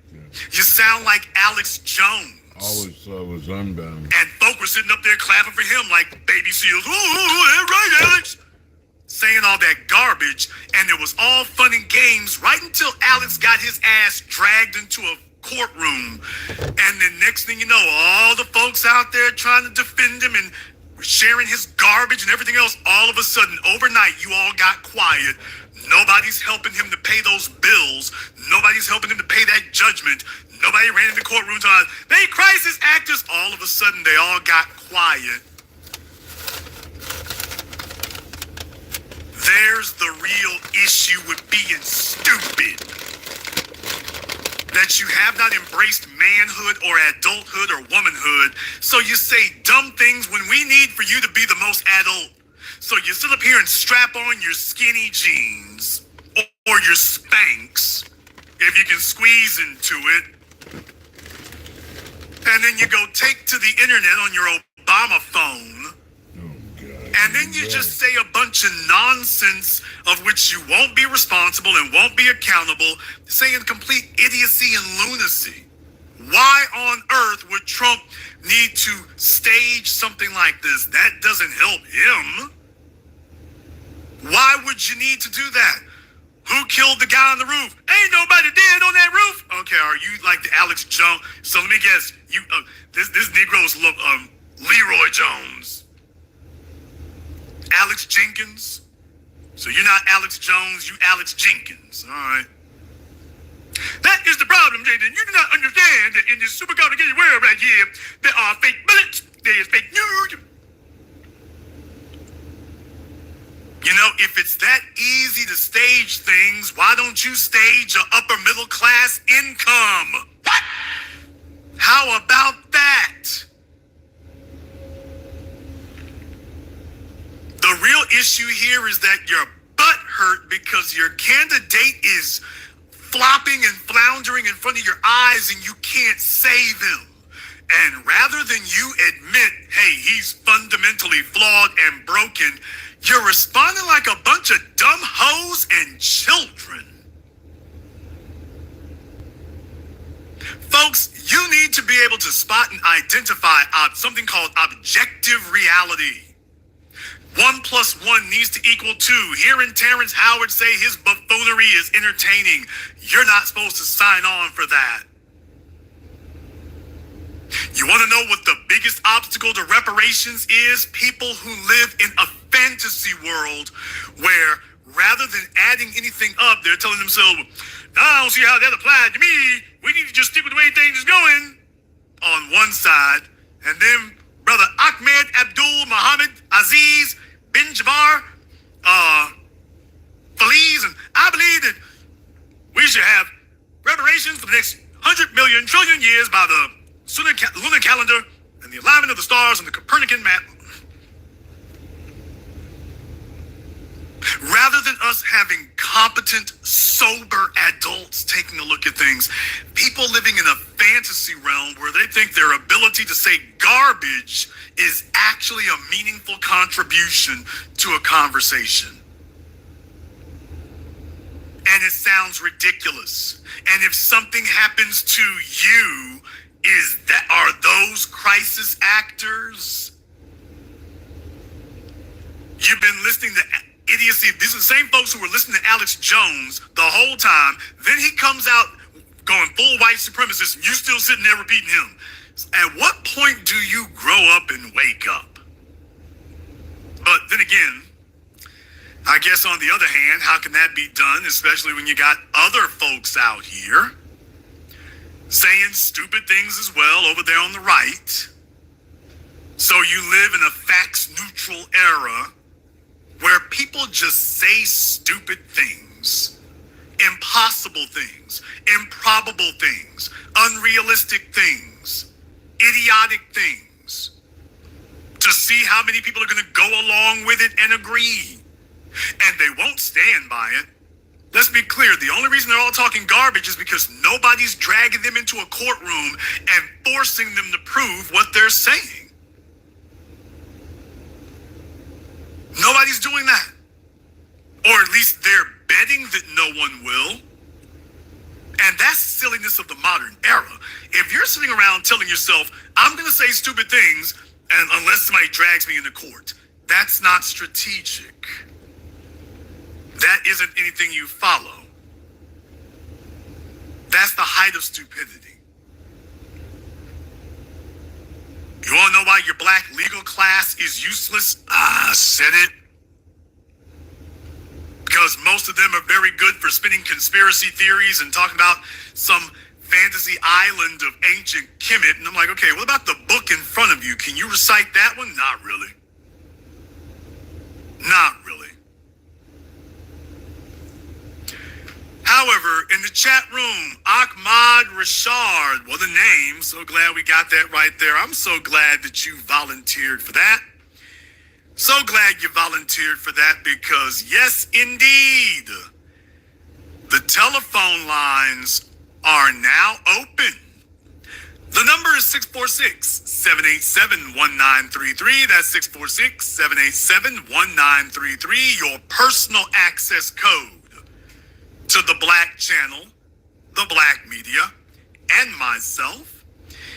Everyone here who has been instructed that they'll need to call in when the phone lines open to give us their insight and their wisdom, congratulations. You just got promoted. So absolutely here, we are definitely going to get your insights. As a matter of fact, we're going to insist on it. So you are going to go ahead and give us a call. The telephone number is 646-787-1933. That's 646-787-1933. And if you've been instructed by either me or my mods to call in, we look forward to hearing from you. Or go ahead and you can take the fast track to prove me right on that one, by the way, which is really the best thing to do when you think about it. But yeah, by the way, as soon as they have an opportunity to explain it, see if things get real quiet all of a sudden. Because you can bull jive your way through life when you're talking to your mom when she's using your social security number to go steal cable and ruin your credit at the ripe old age of 7 years old.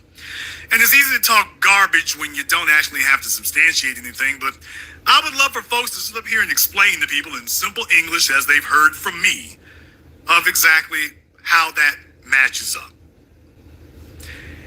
In the meantime here, I want to thank everyone who has contributed to support tonight's program on PayPal, Super Chat, Venmo.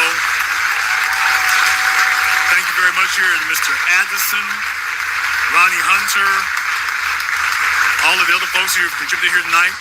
So we've opened up the phone lines here. We are going to go ahead and take a brief commercial, non-commercial break. When we come back, we'll be taking your phone calls and more. This is the Black Channel. Hello, my name is Steve Burgess. I'm the author of this book, Guidelines for the Successful Student, a close look at parenting your school-aged child. In this book, I've explained the role of the parent and the student in addition to what accommodations, procedures, rewards and consequences and expectations that need to be in place to ensure student success from primary to high school. This book is available on Amazon.com. For more information, please visit my link tree at Easy101. And to access my latest podcast, A Teaching Moment with Mr. B. Thank you all for listening. A white supremacist assassin seeks revenge. Corrupt FBI agents with evil intentions. Dangerous black collaborators dedicated to treason. Occam Jeffers must defeat them all and somehow survive. One misstep and he's a dead man. Join Occam Jeffers as he looks the devil in his blue eyes and tells him, Black First. A sequel to the underground hit War of the Heart, Spirit of 1811 Publishing presents God Love Us on sale at Amazon. Pre-order and save today. Visit spiritofo1811publishing.com and show your love.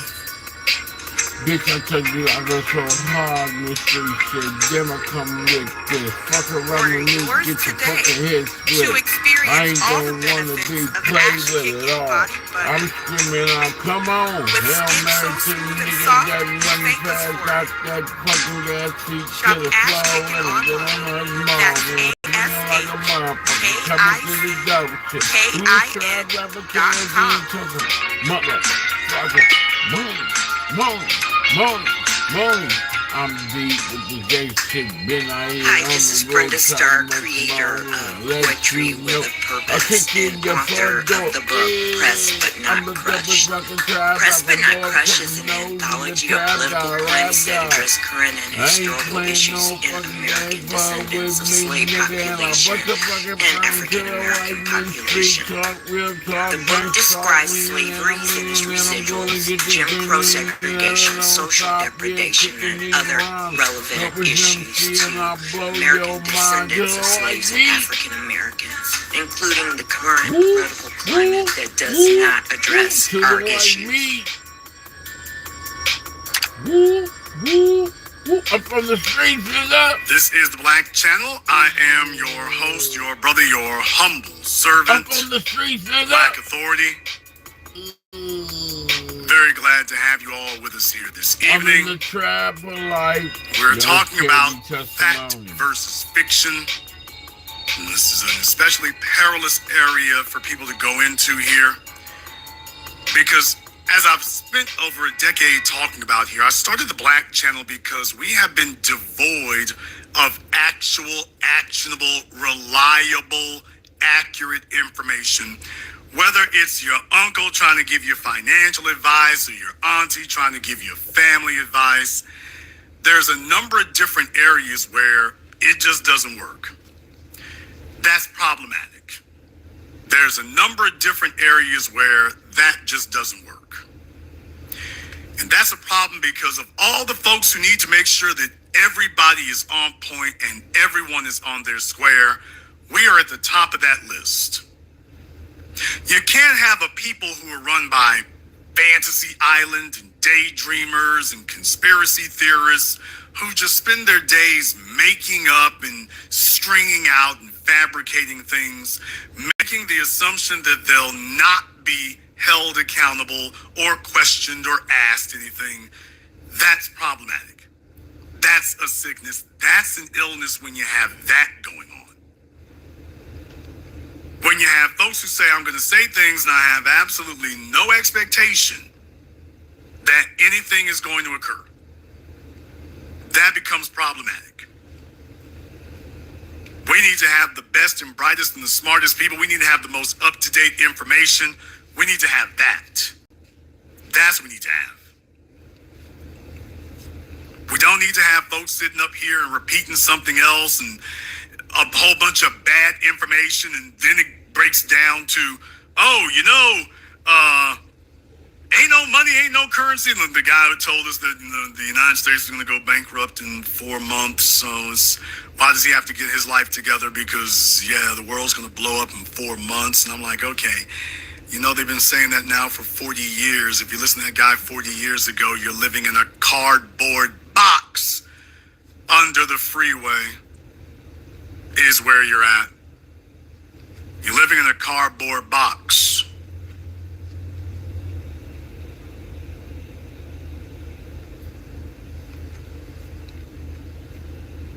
The Eddie Winslow way of approaching life is not smart.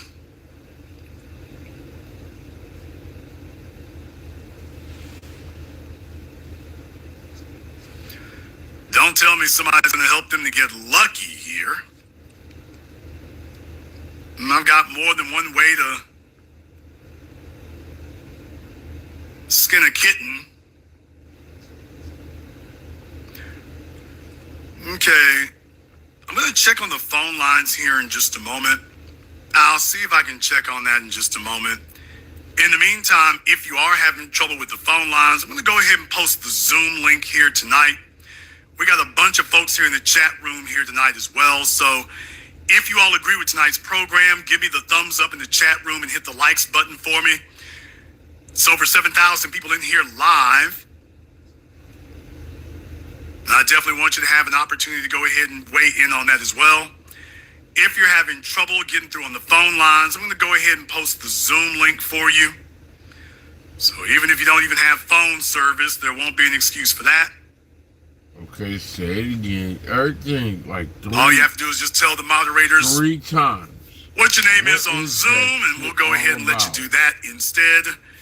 If you're having trouble with that. At 1 time, 2 times, 3 times. We're talking tonight about the essential nature of fact versus fiction.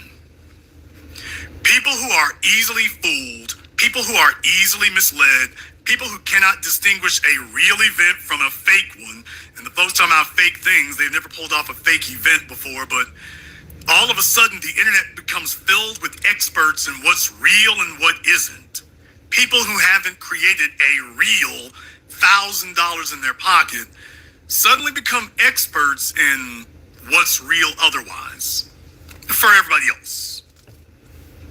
All of a sudden they know best and they know everything for everybody else. Just not for not for themselves, not in their personal lives.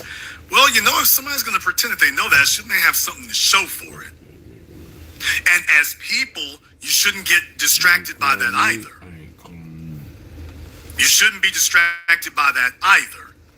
Cool with me, I ain't cool with you. One of the reasons why you have folk who sit up here, and let me go ahead and pin that to the top of the chat room there for you. That might have gotten away from you. Let me go ahead and pin that to the top of the chat room. No, get that. Thank you. But one of the issues right there, if you want to know people who are very easily misled, if I can sit up here and convince you of some of the garbage that Alex Jones has been saying now for 25 years, I can convince you of anything. If you're very easily misled, I can convince you of anything. Folks who didn't pass in physics class, what are we doing? Let me go ahead and check in over here on Zoom. Okay, we got Robert on Zoom. What's on your mind, Robert? Well, not too much, man. Good to be on the line with you. What I've been kind of experiencing with this general black issues where I'm from in Milwaukee, Wisconsin is I I think a lot of us suffer from like a Stockholm syndrome. It's not like we don't care about what's going on. We just don't care enough to know enough, and not enough of us care to know enough. Like my city's getting gentrified. We all know what gentrification is, but they will all, especially like a lot of my family, they will all rather kind of like act like it's just gonna go away or it's gonna pass on. I feel like we want to be more directed than actually go into a direction. That's really all I had to say. Well, I mean, I think that's another avenue of it right there is that people, when they're powerless, they start resorting to fantasy. They're particularly susceptible to fantasy. Yeah, because they don't have any power in the real world. Yeah. So everything is unreal. No one, they get strung out on drugs and drinking. Everything is unreal, and they need it to be unreal because they need to be able to explain why it is they haven't gotten anything done. It's Thank you very much for giving us a call tonight. In the chat room, y'all, somebody's ex-Franklin talking about how the media have footage of the guy on the roof. Folks, it's the year 2020. Somebody should explain to him. It's the year 2024. Americans who don't have shoes have a cell phone. And every cell phone has a camera on it. This guy is literally in the chat room talking, how the media have footage of the guy on the roof. There's cell phones everywhere. No, how about drones should have been in the air? Everywhere. Hey, folks, this is literally what's happening in my chat room right now. He's literally saying, how they get footage of how did TMZ find us footage of the fellow on the roof? There's cameras everywhere today. Oh, yeah, that's right. They bought that. Everywhere. We know that part. Breaking news! iPhone, nigga! Breaking news! Nuh-uh, for real? Amaruki Nation needs to go ahead and give us a call up here, by the way. Let me go ahead and see here on Zoom. We got Yuda. I'm waiting to see if he can connect his audio there. Waiting on you, sir. Hey, Jason, how you doing? Okay, sir. So you can go ahead and explain to us what it is we don't actually understand. Actually, you was asking me what I was laughing at, and I said I don't believe the angles that they were talking about. But then you had the guy, you played the interview, and the guy explained it. So I'm good, really. Okay, you said that after I played this interview, sir. Yes, sir. Because the story wasn't making sense to me, Jason. Now, also, I want to know your thoughts on the presidential protection protocols that were followed. Short answer. First of all, you said that after you heard the guy say that. I don't understand what part you didn't. All of a sudden, I told him to call. He's like, "Oh, I get it now." I'm like, "I don't understand. What part did you not understand?" No, I didn't. I thought that the distance was longer, but it was closer when you played the interview. So I get it now. Okay. But you heard the distance and then said that don't sound right. Yeah, and you just called in. Yeah. It sounds great now. Yeah. Okay. Yeah, the velocity wasn't making sense, and then one of the other chatters put in what kind of rifle it was, so it checked out. What did you think it was? They weren't saying from what I was looking at.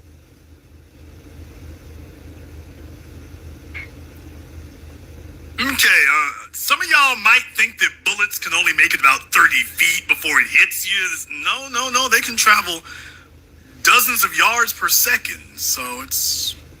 No, Jason, I was thinking like more of like a higher caliber, like his face should be missing, not just a couple blood drizzles behind his ear. You know what I mean? Okay, it wasn't a couple of blood drizzles. Okay, now that right there, that's not cool.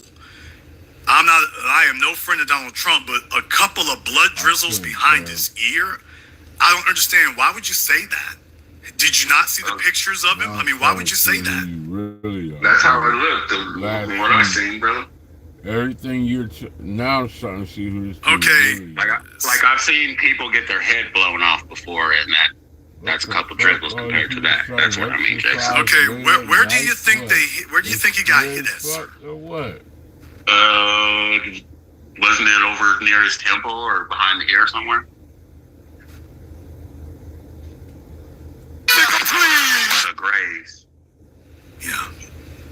They told us it was a graves. Okay. So what you're saying is that you literally haven't seen a single picture of the man yet. You haven't looked at a single picture, not even one. Yeah, I have, but it didn't look like. Okay, if you saw that, then you did not see a couple of drops, man.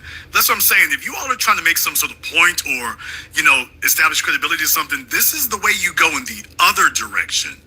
You all make yourselves look dishonest at best and crazy at worst. If you saw those pictures, to even say those words, a couple of drops of blood, I mean, either you're trolling or y'all have real mental, emotional dishonesty issues. And I'm serious, you shouldn't even say things like that. That doesn't, I'm not trolling. That doesn't help anything. Maybe I'm miscommunicating at best, but I'm not trolling you, brother. I'm B1, 100%. I mean, that just really, I don't understand why folks would even say something like that. If you saw a single picture of him, then you know that that's simply not, there's no way you can make that statement. Real true. If you even looked at a single picture, there wasn't a couple of drops of blood. That was literally not what you saw. If you looked at a single picture. Who's really black and who's not. Not 5 or 6, if you looked at even one. Whatever, man. I'm starting to really understand what And I'm just like, wow, that's just really bizarre that you all would say that. And understand, I got no dog in the fight except objective reality. That's real bizarre to say things like that. No, I get it, brother. I was waiting for your concise breakdown of it anyway, because I was iffy on that velocity and all that. Because here's my thing. I want you all to understand. This is why eyewitness testimony is the most unreliable testimony that there is. And if something happened where we needed you all to be paying attention, it's like, okay, this is what we got? Yeah, I get it. We need you all to be sensible and not silly and paying attention. This is what we have? Yes, sir. You're the man, Jason. I can see. Okay. I just want y'all to understand that part of it's not funny. You need real sensible adults out here. That's what I'm talking about. We need folks who are really sensible adults in the real world, and literally that's what we got going on. Literally. I just saw a couple of drops of blood. I'm like, then you literally did not take a look at a single picture. Didn't he get shot in the temple or something?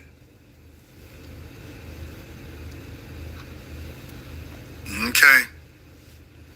Yeah, there's nothing funny about it. This is why you need adults. That's not funny. There's nothing funny about immaturity and being outrageously uninformed. But talking, that's not funny. I give my all to be a friend with a person, but motherfucker. Let's go ahead and see if we can talk to Carrie here. Carrie, what's on your mind? How you doing? Great broadcast. B1. Way more long. I just want to say, like, I'm an avid shooter.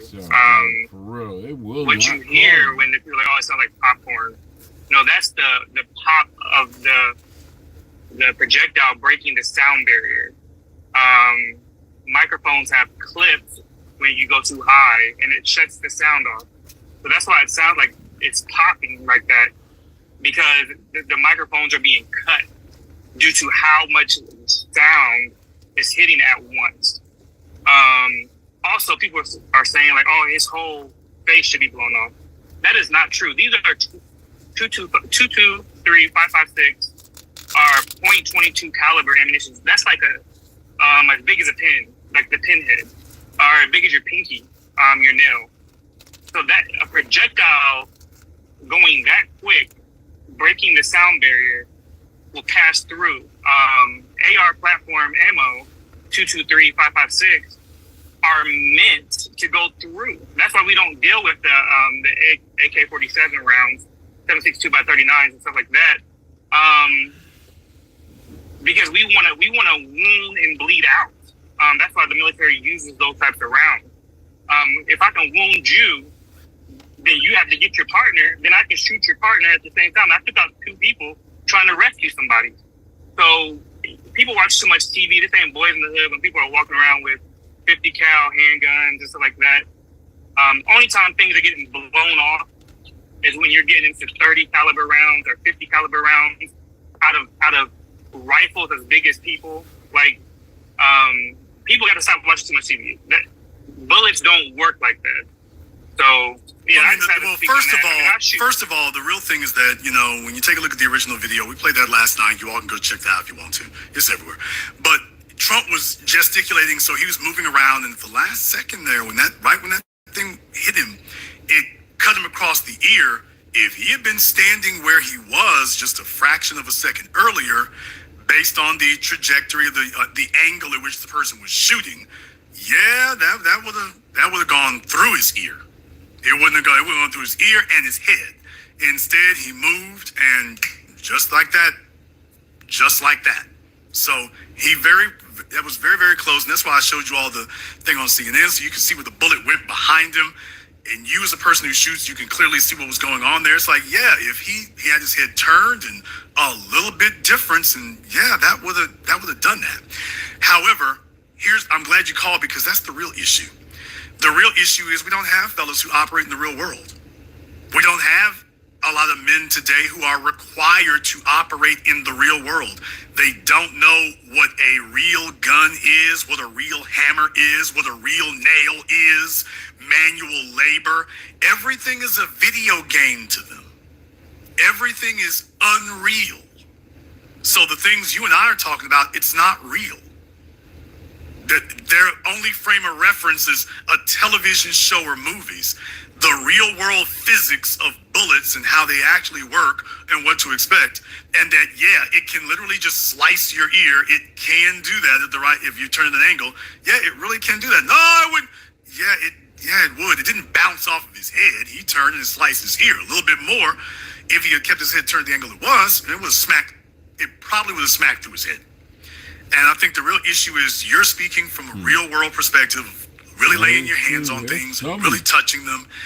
And these other folks are not. So I guess the real struggle now is between those of us who operate in the real world versus those whose only contact with the real world is with a computer screen.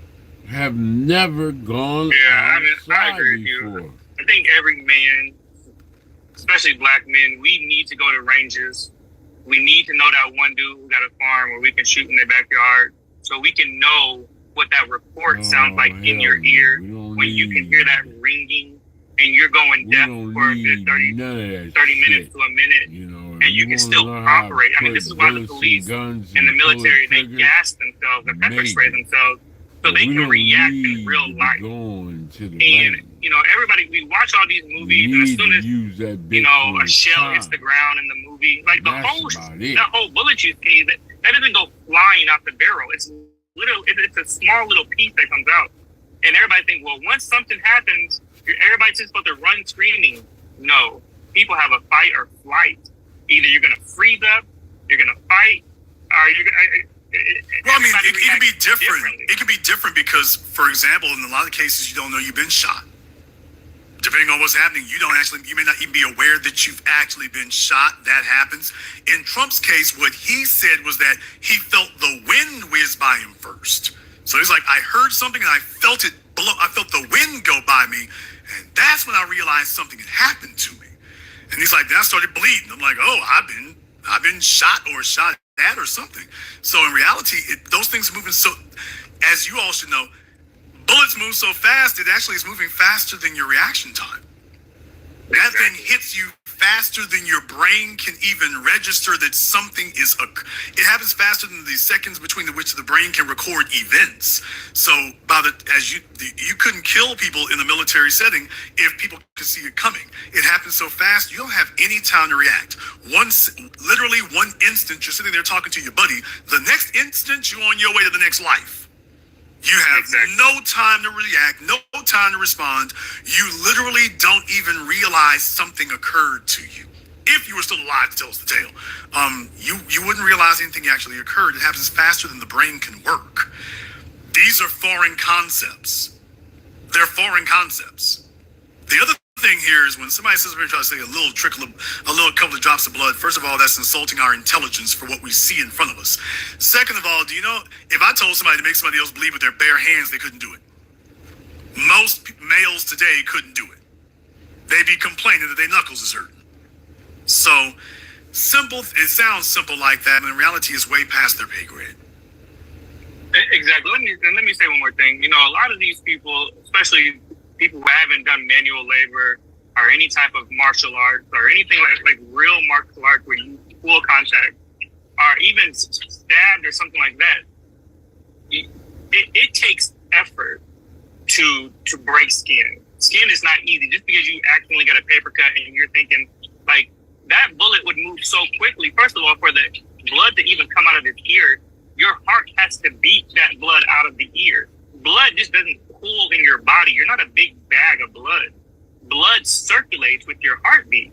And so when he gets hit and he puts his hand up, he probably felt or heard, as you said, as Trump said, it wouldn't even have started bleeding when he touched it because your heart still has to beat. And so once your heart starts beating and the adrenaline kicked in, which is the fight or flight, then the blood's going to start flowing.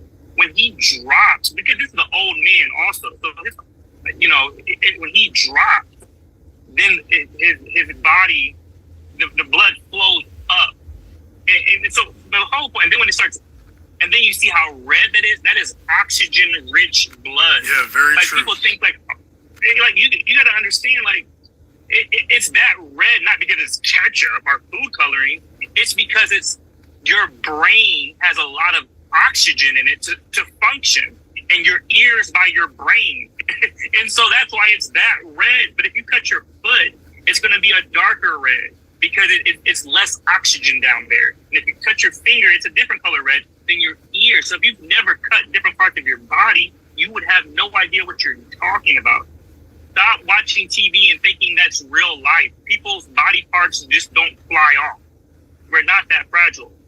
Anyway, I'll land my plane. Very good point you make right there. Thank you very much for giving us the call tonight.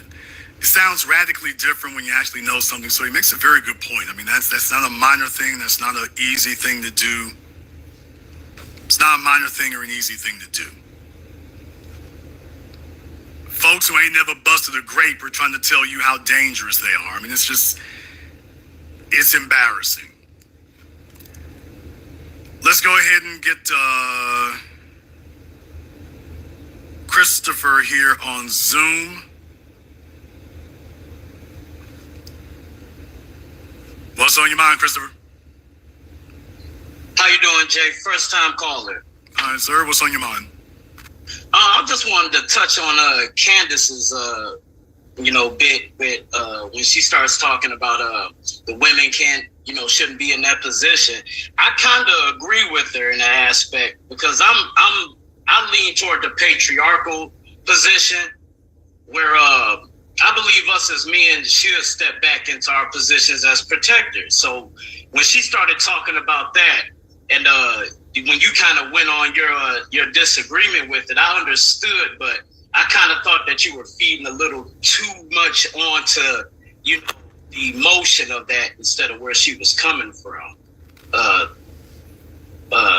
Trump probably would have been better protected if he had bigger, huskier brothers around him protecting him. And a lot, and I'm down here on the field, on the margins, and the workforce is predominantly black male. And so it's policy over politics.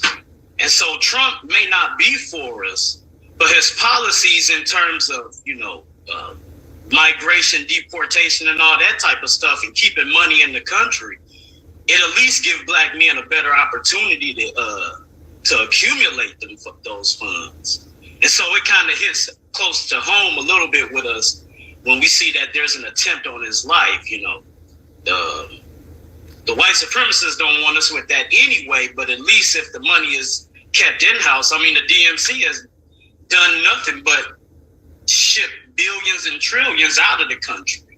Okay, so it's policy over politics. Let me go ahead and address that first thing here. Candace Owens is making a sales pitch, okay? Let's be very, very clear. Remember, This is a woman who sued for racial discrimination. So let's be clear about that. Candace Owens is giving y'all a sales pitch. These are things that they switch to and utilize and leverage when it's to their convenience. And folks don't understand when somebody's selling a product.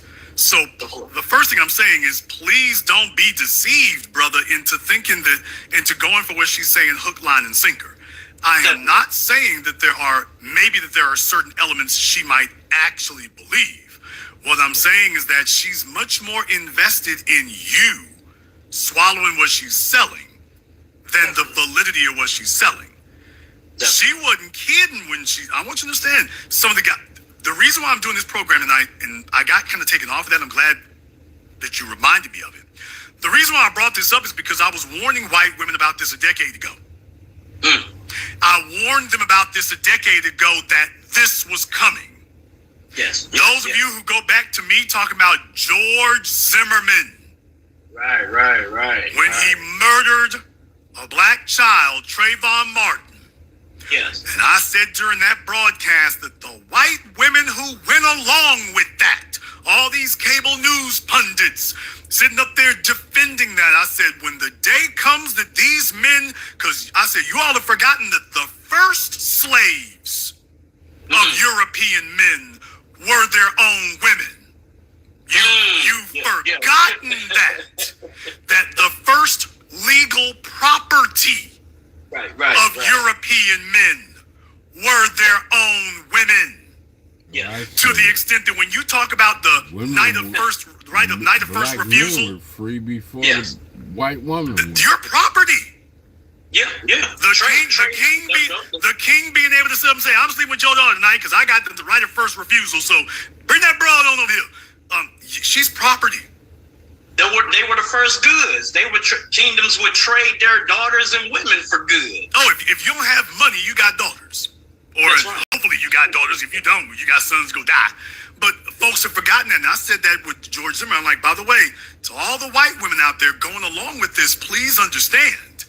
Yeah. This starts with a black child, but this will end with you.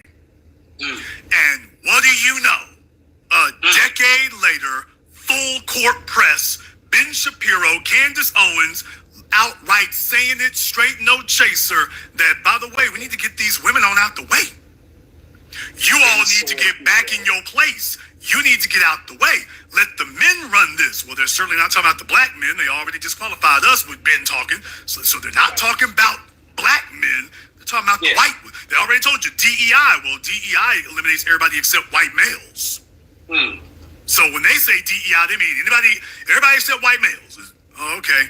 So that was the first thing I wanted to say, is that, by the way, I wanted to play that for you all from Ben, and my numbers went down, so folks didn't like the white supremacists who tuned in. Oh, but damn, the Negroes are getting on this. Oh, okay, well, that's all right. I have no problem running you off. You thought it was going to be that kind of program. I thought you was a Trump supporter. Okay, clearly you don't read very well nor think very well, so glad to appraise you to the light of day, and we keep it rolling.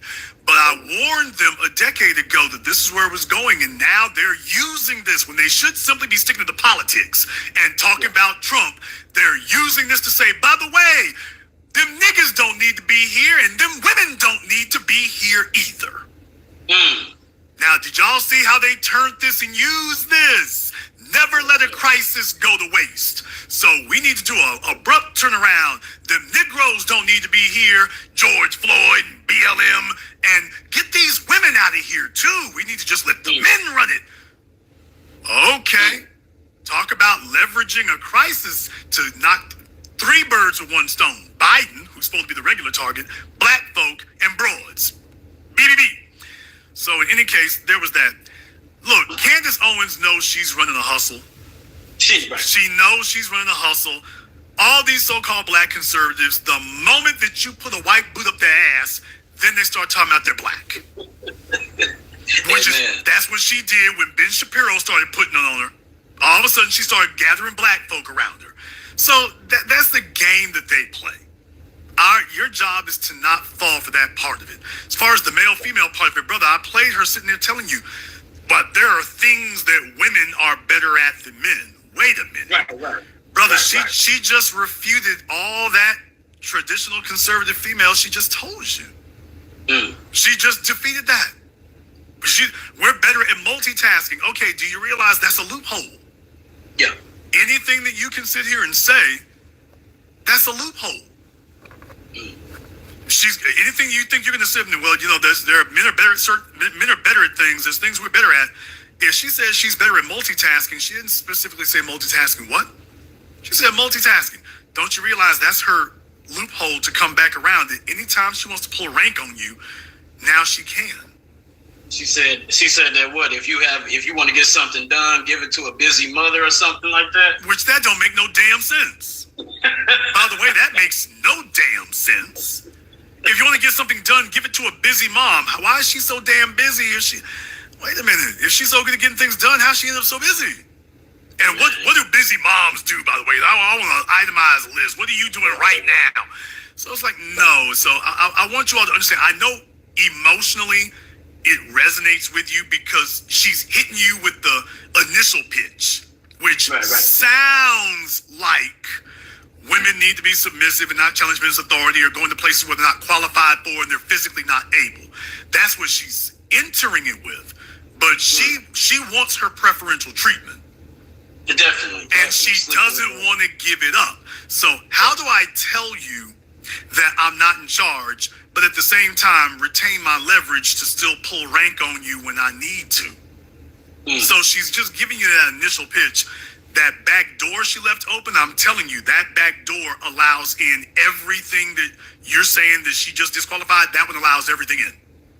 That one right there. So I'm saying don't be deceived, fellas. She's selling you something. She's selling you. Because here's the real thing. If she truly believed that, why is she talking? Why isn't her husband out here? Yeah, they're all off the scene. Do you know this? You don't never see that? These women who are allegedly their men are so on point, but she's the only one talking. Her dude never said nothing. If that's the case, why isn't she sitting at home taking care of the family and whatnot? No, she's the loudest, biggest mouth out here. Bruh, she's selling you something. Do you think Trump's views are traditional, his policies? I think it's traditional American, certainly traditional American, defined as white male. It's absolutely traditional. Look, at the end of the day, understand something. You have a factor that vacillates slightly. Okay. The real issue is, how do you keep all of the non-white people? Exactly. That's us. How do you keep them getting back to work and not causing any trouble? From time to time, you're going to have to kick their ass a little. And every once in a while, you got to kick their ass a lot. Yeah. But how do you keep this thing running and keep them in their place? And that's the position and perspective that Trump comes at it from. Oh, yeah, and Biden, too. Oh, yeah, and all the rest of them. That's the position they come at it from. So you've just got folks who are, I covered this in my documentary film, Race War. You've got different people that sit up here and are trying to accomplish the same goal with slightly different means. They're only arguing with each other about how you do it. Yeah. No, if you go at them too hard, they'll take to the streets. So that's what white supremacists tell each other. If you go at them black folk too hard, they take to the streets. You need to be more subtle. Well, if you go at them too soft, then they're going to be running things. So do you see, they're fighting with each other about how much the temperature should be, because if you come at this too much, we're going to go upside your head. But if you don't do enough, you can't stay in charge. So they're fighting over tactics. You remember our brother, Dr. Claude Anderson, told us that they were trying to lock us in a permanent underclass. Well, I mean, right now we are an underclass, and the real thing is, how do you perpetuate that and maintain that for the next 500 years, especially when your numbers are going down? Now you must transition to a South Africa type strategy. Right. Which is what's currently occurring, is a transition to that. People. But even then, you have to be careful, because we're not the South Africans. You're talking about apartheid? Yes. Where you have a small white minority that controls 90% of the wealth and 90% of the country. Well, that's problematic for us, because number one, we're not the South Africans. That's the first problem. We built different. That's right. So that's the first issue. Number two, we have a history of turning things up and turning things over. So we don't accept the okie doke as much as most folks. So you got to deal with us differently. So the fight over there, once again, is okay, how do we make that transition in a way in which they don't go full blown in the streets or upside your head, or they get wise to it because they're constantly watching us. So how do we do this in a slick way that they don't go in full revolt against?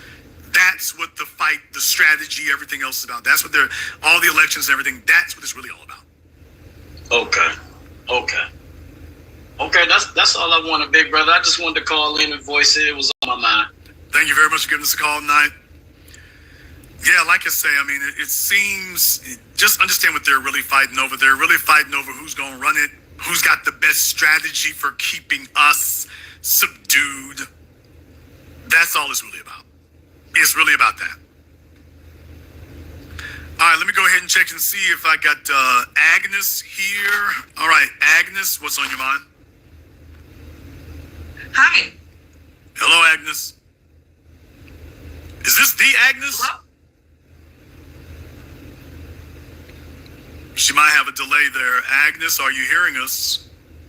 Yes. Okay. How are you? Is this the Agnes from Seattle? Yes, it is. Okay, well, she's a real person. All right. Now you know how it feels to be me. Folks don't believe you exist until they bump into you or run into you somewhere. So, all right, Agnes, well, welcome to the Black Channel. What's on your mind? Hi. I just wanted to weigh in on some of Candace's sales pitch. I remember you were talking about earlier in the year, these people are jockeying for position, for relevancy. And that's how I looked at it. When she's trying to present this DEI position, which we know is false, she's trying to do a little bit of gender warring. And as you pointed out, if she's supposed to be taking on this traditional female role, then why isn't she taking care of the kids? Okay, so we know she's, first of all, punch drunk, doesn't even know what she's talking about or even why she's trying to sell a point. Second of all, it's easy to see right through what she's doing. But most importantly, when she's talking about these Secret Service people and she's trying to chime in with what Ben Shapiro is talking about, first of all, she doesn't want to accept the fact that these are Secret Service people who've had training. These are well-qualified people. And so, like you brought up earlier, they're trying to get the women, the white women, out of the paint completely. And that's not what Candace is thinking about. Unfortunately, she thinks she's a white woman too and doesn't think it's going to happen to her. But you can look at it and see, Candace, you really are that kind of clueless. And that's all I really wanted to talk about. Well, let me go ahead and address what you just said there. You made a statement that Candace thinks she's a white woman too. I would make a dispute to that. Candace doesn't think she's white. She thinks she's better than white. Candace thinks she is an other. Like OJ. Candace really does truly believe. And why wouldn't she? Take a look at what social media has fed her. She believes she's better than them. She believes that that's why she teaches that colorblind thing, although she certainly sees color when she looks at black folk, now doesn't she? But she only pushes that line because it's to her advantage. But at no point do you really see her identifying as anything. And I would suggest to you that she's maneuvered to try to put herself in a position where she's something other. So now I'm better than white, actually, or better than white women.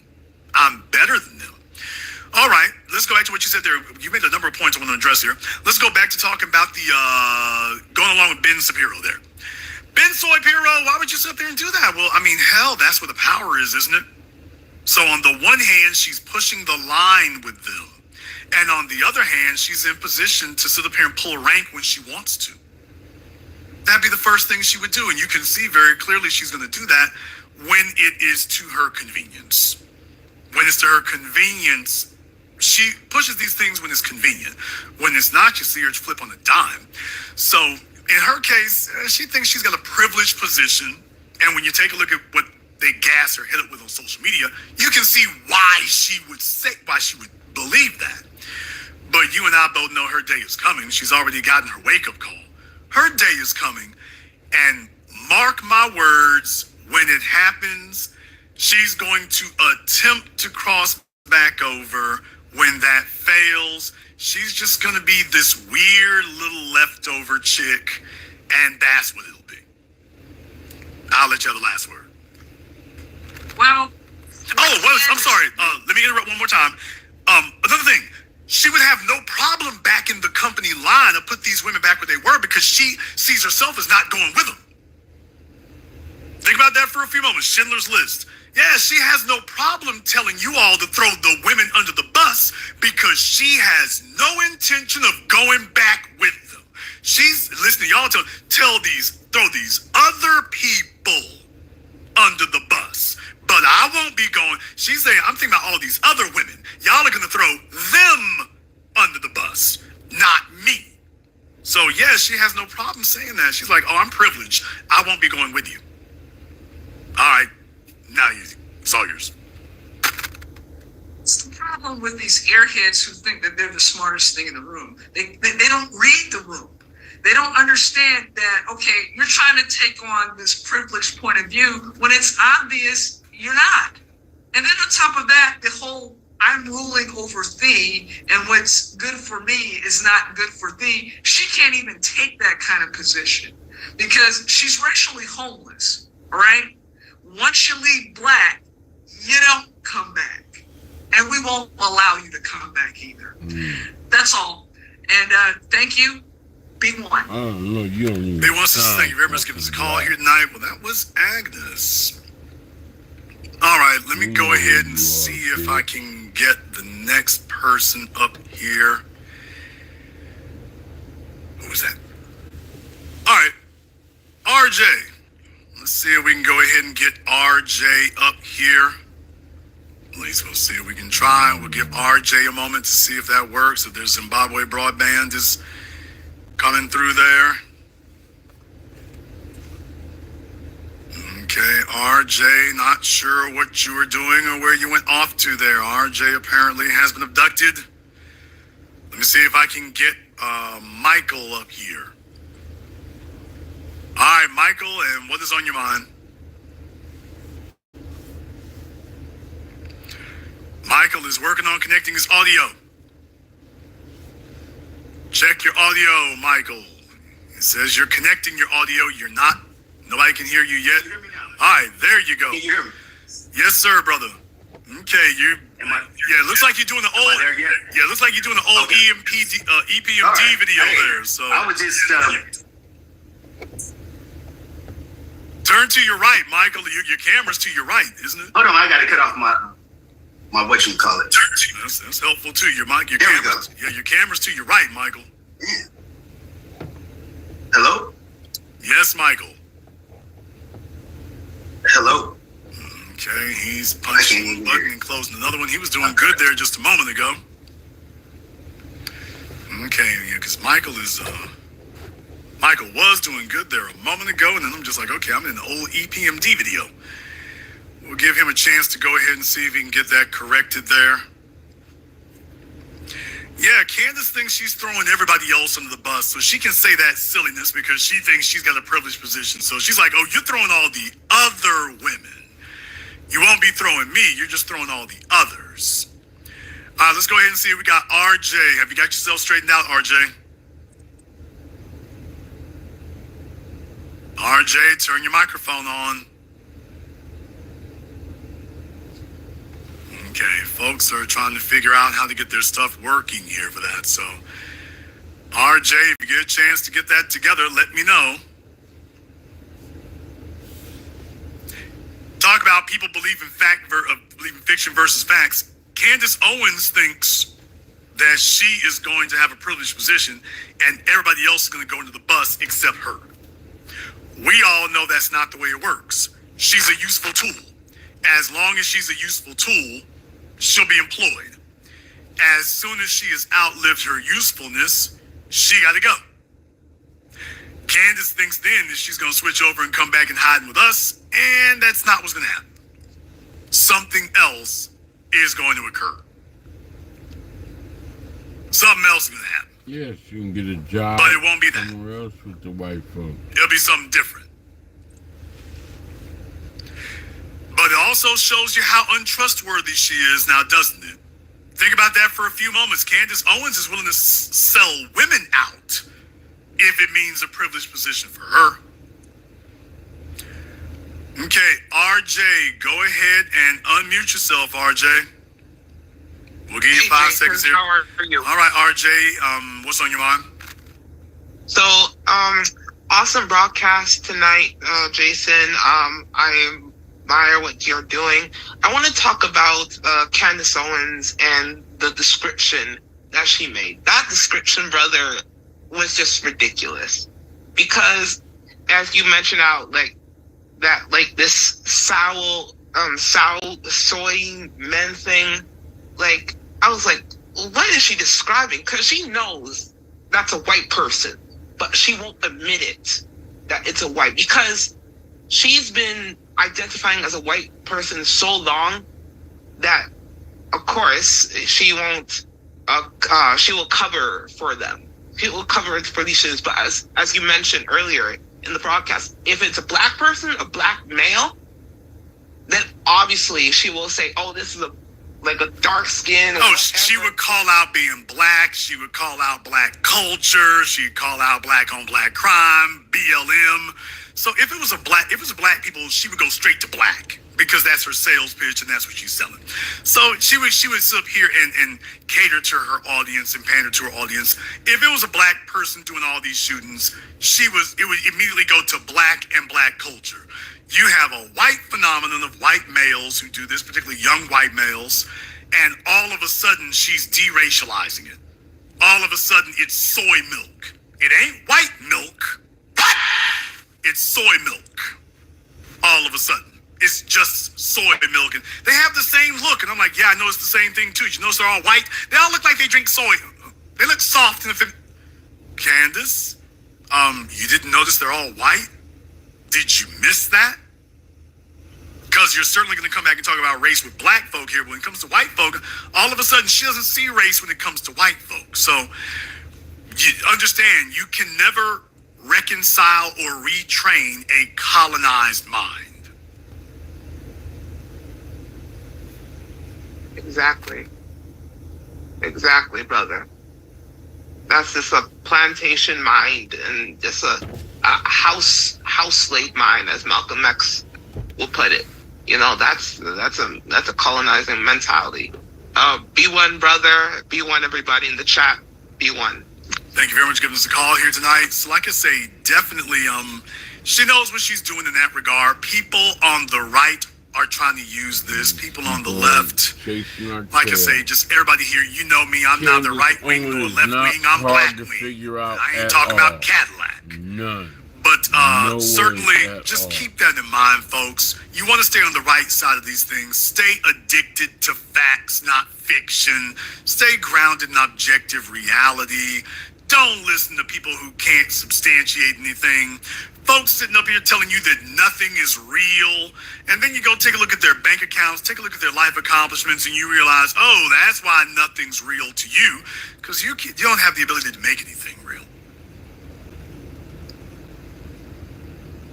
You'll notice the folks who are always doing that, they're always childish, they're always immature, they don't actually build anything, they don't substantiate anything, they don't create anything, they don't produce anything. That's who you're going to follow? Dave Chappelle warned you, Twitter is not a real place. You'd be well advised to keep that in mind.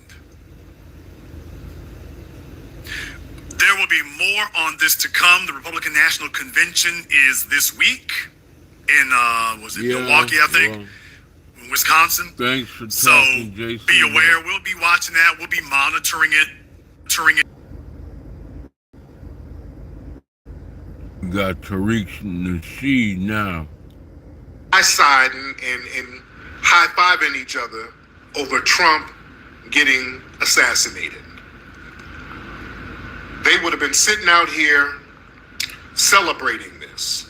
They would have had black people celebrating. They would have had us all on CNN jumping around partying. They would have found some of their black liberal friends celebrating and partying.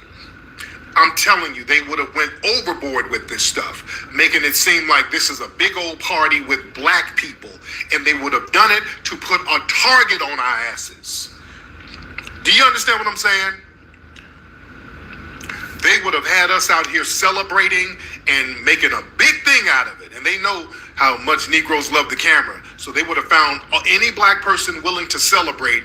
They would have went out into black neighborhoods and found black people. Aren't you happy? You happy that Trump got assassinated? Come on, we'll film all of you. And they'll find some dumb sambos. Oh, show this, celebrate time. And that would have put a target on all of us. Because, listen, these white supremacists are still pissed off over that, of him getting shot. That's why they had to cancel Biden's campaign right now. Do y'all know that? Biden's campaign has been canceled. Yeah, Amanda Seals is out here talking dumb, but that's whatever. But listen, Biden, they had to cancel Biden's campaign. They had to sit Biden down for a minute. They had to sit Biden down for a minute because they can't have Biden out here on the campaign trail because it looks like some left-wingers, some left-wing organization set that up. You understand? Because they're looking at the shooter and they're talking about he donated to one of these, like to Act Blue, one of these liberal PACs, like he donated to that. So the impression is that some left-wing organization or whoever, some left-wing group probably orchestrated that. That's what the narrative is now. You understand?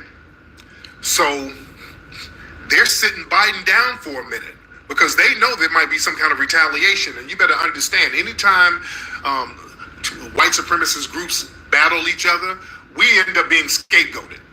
You understand? We end up being scapegoated. Well, we got a lot of musty, mad tethers in here. Boy, y'all so mad. Again, hey, man, if your cousin is going to get deported, that's on them, bro. They're on their way to giving us. I'm just telling you facts. Listen to us. Now look, they're like, fuck throughout that. history, the dominant society, they always scapegoat us with certain things. And if we're going to fight for something, we need to fight for something that's something that we're standing on. We don't need to fight and get in the mix because of some proxy war that we ain't really got nothing to do with to a certain degree. We don't even know. You understand? Just like when they had when they were drafting people for the Civil War. It ain't gonna be what happened when they started drafting people for the Civil War up in New York. They had the draft riots. A lot of white supremacists just start going in the streets attacking black people in New York. White people are like, what the hell? We ain't even in the South. What the hell y'all attacking us for? So a lot of white people in the North started attacking black people. You understand? So listen. Yeah, we would get scapegoated. You understand? We would get scapegoated. If they saw us celebrating, we would get scapegoated. Family, do y'all remember, and Brother Elijah Muhammad knew this, when John F. Kennedy Jr. got assassinated back in the 60s, back in the 60s. Elijah Muhammad told Malcolm and those guys, hey man, we're not gonna don't gloat, don't brag, just kind of lay low, just kind of be quiet about it. And then Malcolm went out there like, yeah, the chickens came home to roost, whoop, whoop, whoop. And that's why he fell out with Elijah Muhammad, because Elijah Muhammad rightfully understood, hey, we got to be very strategic about certain things. Elijah Muhammad let him know, hey man, look, us going out there kind of being antagonistic, now that's gonna make the block hot, brother. So don't do that. They silenced him, and rightfully so.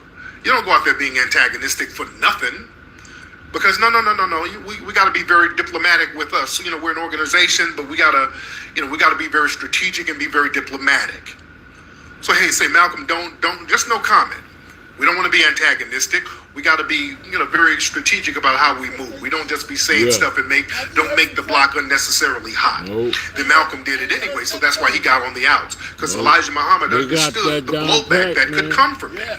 He understood that they would target the black community. So look, we don't want to put a target on our backs unnecessarily. We're gonna fight. Let's save our energy to fight for something we're standing for. The report of Beta, and Malcolm shouldn't have did that. I'm like, Malcolm should not have done that. I thought we were bonding. You understand? Sometimes people make mistakes. That was a mistake. Malcolm should have listened to the Honorable Elijah Muhammad. The Honorable Elijah Muhammad knew what he was doing. He knew how to be diplomatic about certain things. What up, man? Hey, yeah, Malcolm was young. I understand that. But sometimes, hey, man, there's certain ways you got to move and shake. You got to move and shake a certain way. And again, us letting these folks put a target on our damn backs for nothing. I got emotions. No, that ain't the move. Sharing stories and again, this ain't nothing for us to celebrate. In real life. And again, if Trump had gotten assassinated, your white liberal buddies, boy, they would have pushed us all out there to be hemming and hawing and celebrate. They would have pushed black people out there. I'm getting the money. They would have pushed black people out there and put a target on everybody's damn back. I got to maneuver in a different way. There you go. And that's the long and short of it. We've got to be very realistic about things. Yeah? That's right. I got you. So yeah, we're not crashing out on that. I was about to say you disagree. Well, I don't know what you disagree on. I don't know what you disagree on. I'm just telling you historic facts. Yeah, right. I'm just telling you facts and telling you how things go down and how things should or should not go down. And again, we ain't letting no damn white liberals and the make us the damn player, he scapegoat. was young. We're not going to let them make us the scapegoat. That ain't going to happen. Another thing, you'd have to look it up. Even with the shooter, young they're boy. going with the whole he was bullied narrative. They're going with that already. So, let me show y'all a clip of that. They're already going with the whole, oh God, he was bullied in school. Oh, he was treated so bad. So they're running with that narrative. Where's that? They talked to one of his buddies, some of his school buddies. Hold on, let me show y'all that clip there. Hold on, y'all bear with me. So yeah, this is one of his school buddies talking about how he was bullied at school. They all, that's always gonna come through. They're gonna make excuses. I mean, he would sit alone at lunch. I mean, he was just an outcast, and you know how kids are nowadays. So they're gonna see someone like that, and they're gonna target him because they think it's funny or whatever. So it's the best way I can describe it. And it's honestly kind of sad. Like, I don't want to say this is what provoked it, but you never know. You said he was a loner? Yeah. I want to say he was a loner more because he was just, he was quiet, but like he was just bullied. Like he was bullied so much. So much. This is high school? Yeah. What did they, do you remember at all what they said to him or called him? No. He was just made fun of, I guess, for the way he dressed or his appearance. So yeah, man, they're already painting a sympathetic narrative for the shooter. This is what I'm saying. This is what I'm saying, family. They're gonna listen. They're gonna be sympathetic towards them. Now, if they got a bunch of black people out here celebrating and all that, they're not going to be sympathetic towards that. So you better understand the racial dynamics. They're already being sympathetic to this guy. They're making him the victim. Yeah, this is why don't let no white liberals get you all riled up so that you can be the damn scapegoat. Damn that. There's some white on white crime. Let them deal with that. Yeah. They're using my words. But yeah, sounds like they listen. Dog. They're using my mother. Sounds like words like they listen this to was me. some kind of inside job among some of Trump's people, probably. I'll be saying this shit. It sounds like they got to somebody who's around Trump. This sounds like an inside job. So some goofy loner, got access to the perimeter like that. That's somebody let that guy through. You understand? Trump better watch his inner circle. That was an inside job now. Yep. That's an inside situation. Somebody let that dude through. You don't end up on a roof, 200-300 yards away. You don't end up on a roof and let somebody let you up there. It wasn't staged. No, it wasn't staged. That was some kind of inside job. Somebody got to some cop or some security. Somebody got compromised. Yeah? Somebody got compromised. Yeah? And allowed that guy to go up there. That's the thing. Inside job doesn't mean stage. Right. Inside job does not mean stage. Some people talking about it was staged as if everything was fake. People talking about it was ketchup on Trump's ear. Shut up. Why didn't the people run? So everybody was acting. Stop it. No, it wasn't staged. That was an inside job. Somebody let that dude through. Somebody is compromised. You understand? Somebody is compromised.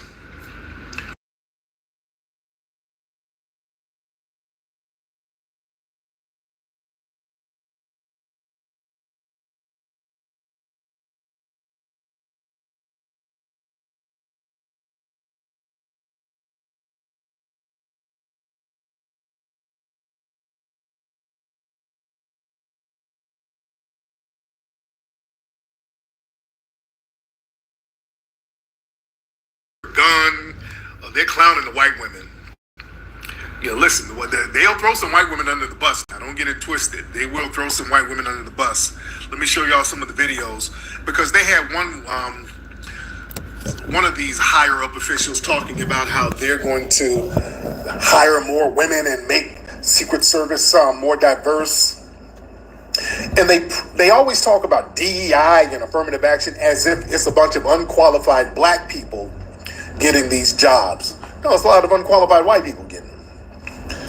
So yeah, don't let them fool you with all that DEI talk. But yeah, let's look at the white women security guards or the Secret Service women. Hold on, right here, this woman here.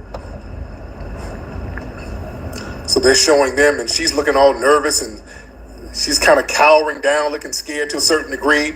She struggling with her gun. And it looked like she's struggling with the gun a little bit. So she's looking all confused a little bit. And hold on, there's another clip. Hold on. So yeah, these women, they looking around. They don't know what's going on. So a lot of people are clowning them.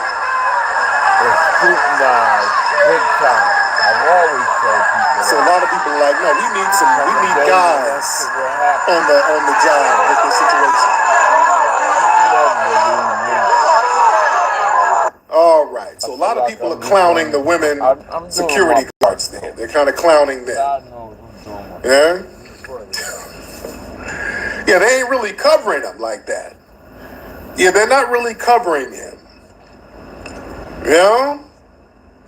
They're not bad acting. They're just, it looks a little sloppy. They look confused. They look like their nipples are sore. They don't know what they do. They're just running around trying to figure it out. And, I get it. Listen, we have events at the museum, and sometimes we go through a company that sends different security guards out time. They send different security guards for certain events we do. Sometimes, they'll change it up. Whatever guards they'll have available, they'll send them. And they had a sister. They had a sister there who was a stud, and shout out to her, cool sister. Taking care of my business. But I'm like, our museum is in South Central LA, so things could get real. But what's she gonna do? Of course, not saying that her work wasn't good or whatever, but I kind of felt a certain way. I'm gonna have to protect her ass. If something go down, I got to go out there and hold her. Right, y'all don't know. And make sure she's good. What's she gonna do? It's not a rap session. We got all these dudes out here and whatever. If something went down, I would have to go protect the woman security guard. I would have to hold her in my arms and take her to safety somewhere. Yeah, what's she gonna do? So we starting to realize we need this shit back. I like to have the brothers there doing security. I just don't like women having to do security. Women in charge of every damn at events at the museum or whatever. Now in DC, as you saw, we had some female security guards, but these were some gangster studs though. I had a couple of gangster studs who are 100% with the shits. These are some of them DC studs. So they're with the bullshit. They with the business. So they're a little bit different. So it depends on what area the studs are from. Like the LA studs are different. They'll turn femme real quick. If something go down, they're gonna put on a sundress and some flip-flops and start screaming. They'll turn back feminine. They're like conditional studs out in LA. Those studs are real different. Them East Coast DC DMV studs, they step up to the plate. Those are some real true to the game studs. If something go down, they'll pull their strap on and start clucking niggas with the strap on. A blicker. When they see a real man, they don't act like they get busy. Those DC studs get busy. That's what I like. Them big back ones do. Hold on. Wait a minute. Hold on. Wait. Some DC studs be like, hold on, I got you, Tyreek. A blicker. Back up. A blicker. They'll get them dildos. Hold on. Get away from my client. A blicker. Y'all drive the same car too. Oh yeah, them DC studs are different. I don't mind them. A Dodge. I don't mind them shit. Scat. Say a stud named Georgetta. Yeah, that's what I need. A good old country stud. Sagging and a white on. A stud named Aberdeen. One of them old country ass names. Come on, Aberdeen. Who doing something? Who wants it? Who wants it? You want some more? Get Aberdeen. That's what I want. A big back stud named Aberdeen. Oh yeah, them DC studs are way different. Give me one of them all day. Yeah? Where we at?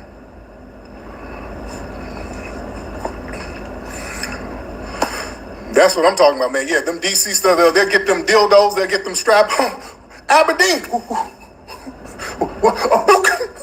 book. Get off my client. A book. They get them strap-ons and be popping people in the head. On the walkie-talkie. It's a cold red. A book. 3 o'clock. Cold blue. A book. Shout out to the DC studs. Man, please. Man. Oh, goodness. Yeah, them DC studs are not nothing to play with, boy. That's what I want. Not them LA studs. No, they're them sometimey ass studs. Yeah, them studs are real sometimey. You know, they be somewhere in a corner putting on some damn Fenty makeup. Somebody help me. I's in trouble. I'm a damsel in distress. How you gonna turn back feminine, damn it? No, they turn feminine on your ass. Them LA studs, you don't know what you're gonna get. They're a stud one day and the next day they're an Instagram model. They went and got a damn BBL. How you got all this ass now? You were just a nigga last week. Yeah? Oh, yeah. Them LA studs. That's why LA, y'all know in LA, you always see LA studs be pregnant and shit, right? You see a stud in LA, her ass pregnant with some damn twins. So what kind of stud are you?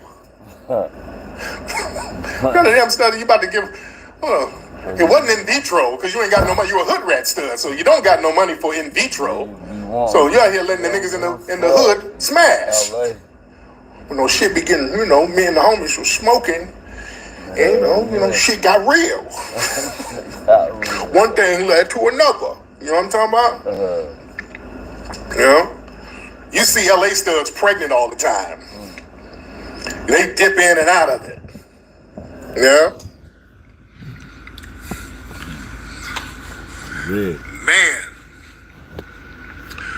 But it's some real stuff out here, man. But look, with Trump, listen, people are looking at the Trump situation. Why are they so desperate to get this guy out of here? It looks like they're desperate to get him out of there. It looks like they're very desperate to get Trump out the mix.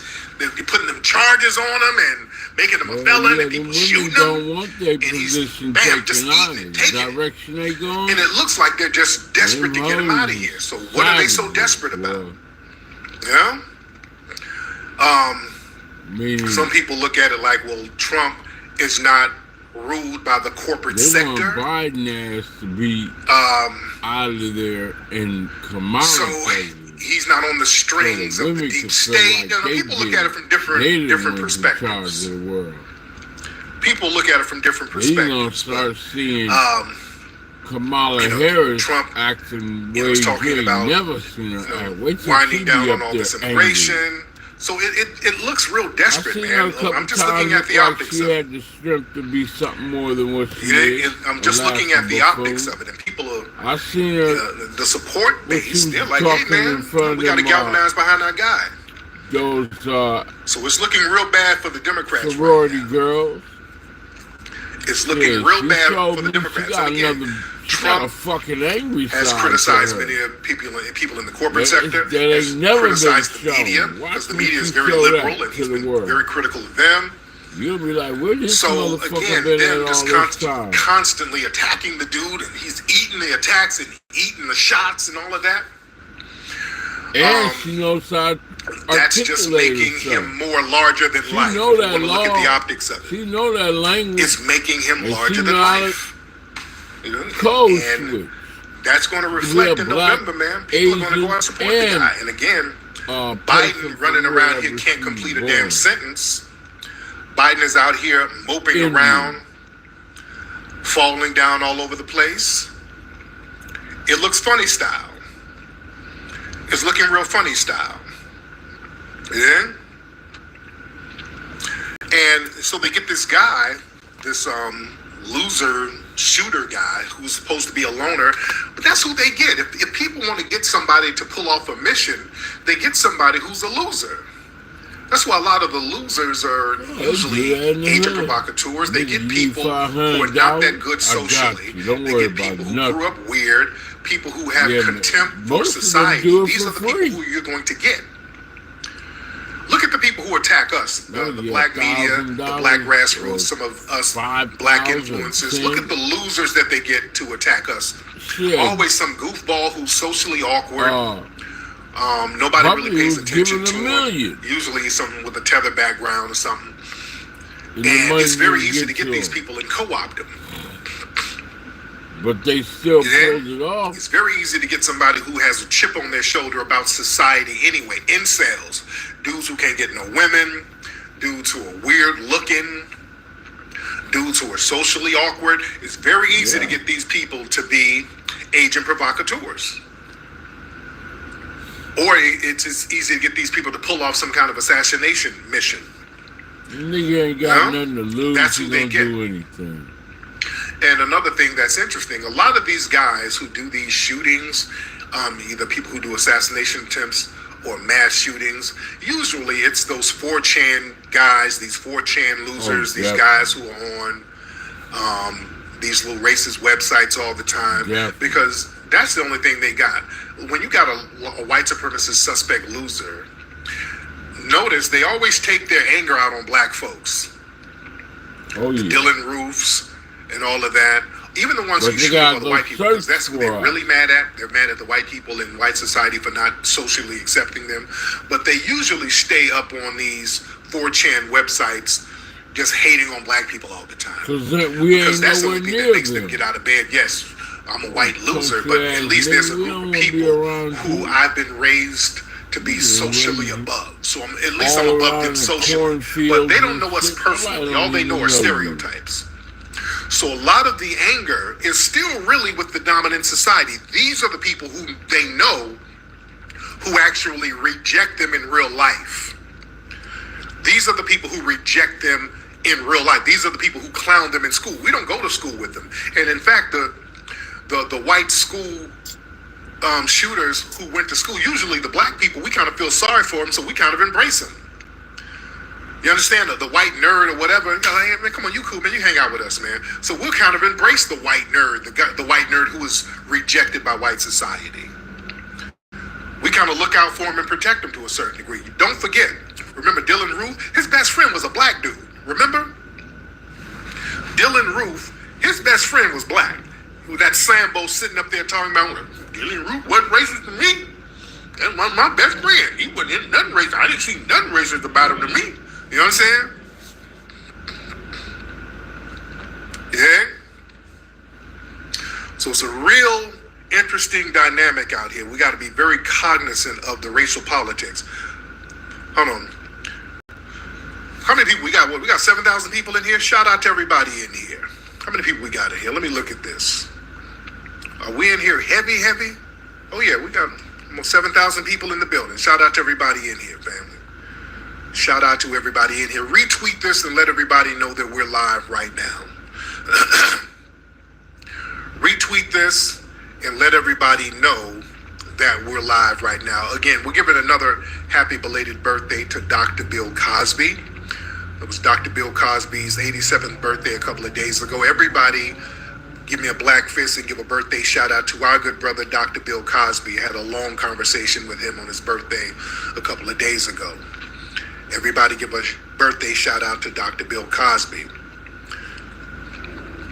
He and I had a long conversation. We just been chopping it up. We had a long conversation this weekend. It was a couple of days ago before I left. Birthday shout out to Dr. Bill Cosby.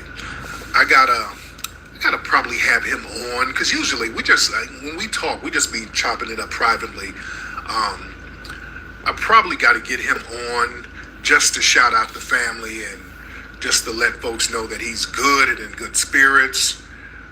I gotta holler at him about that because I would like to have people hear from him because people are very still supportive of him and they're very supportive of him, and that is our brother and we love him and we honor him, and we don't want to see the dominant white society try to demonize his legacy like they've done so many other people. Yeah. But shout out to Dr. Bill Cosby. Happy birthday. Shout out. Look at all these birthday shout outs. Yes, indeed. You know what? I might have to do a documentary about Dr. Cosby, clearing up all of the lies. I might have to do that. Yeah. But again, it's going to be very interesting what we're going to see in November. Wait. Speaking of, where are my Houston people? Is everything going on? Is everything in Houston good?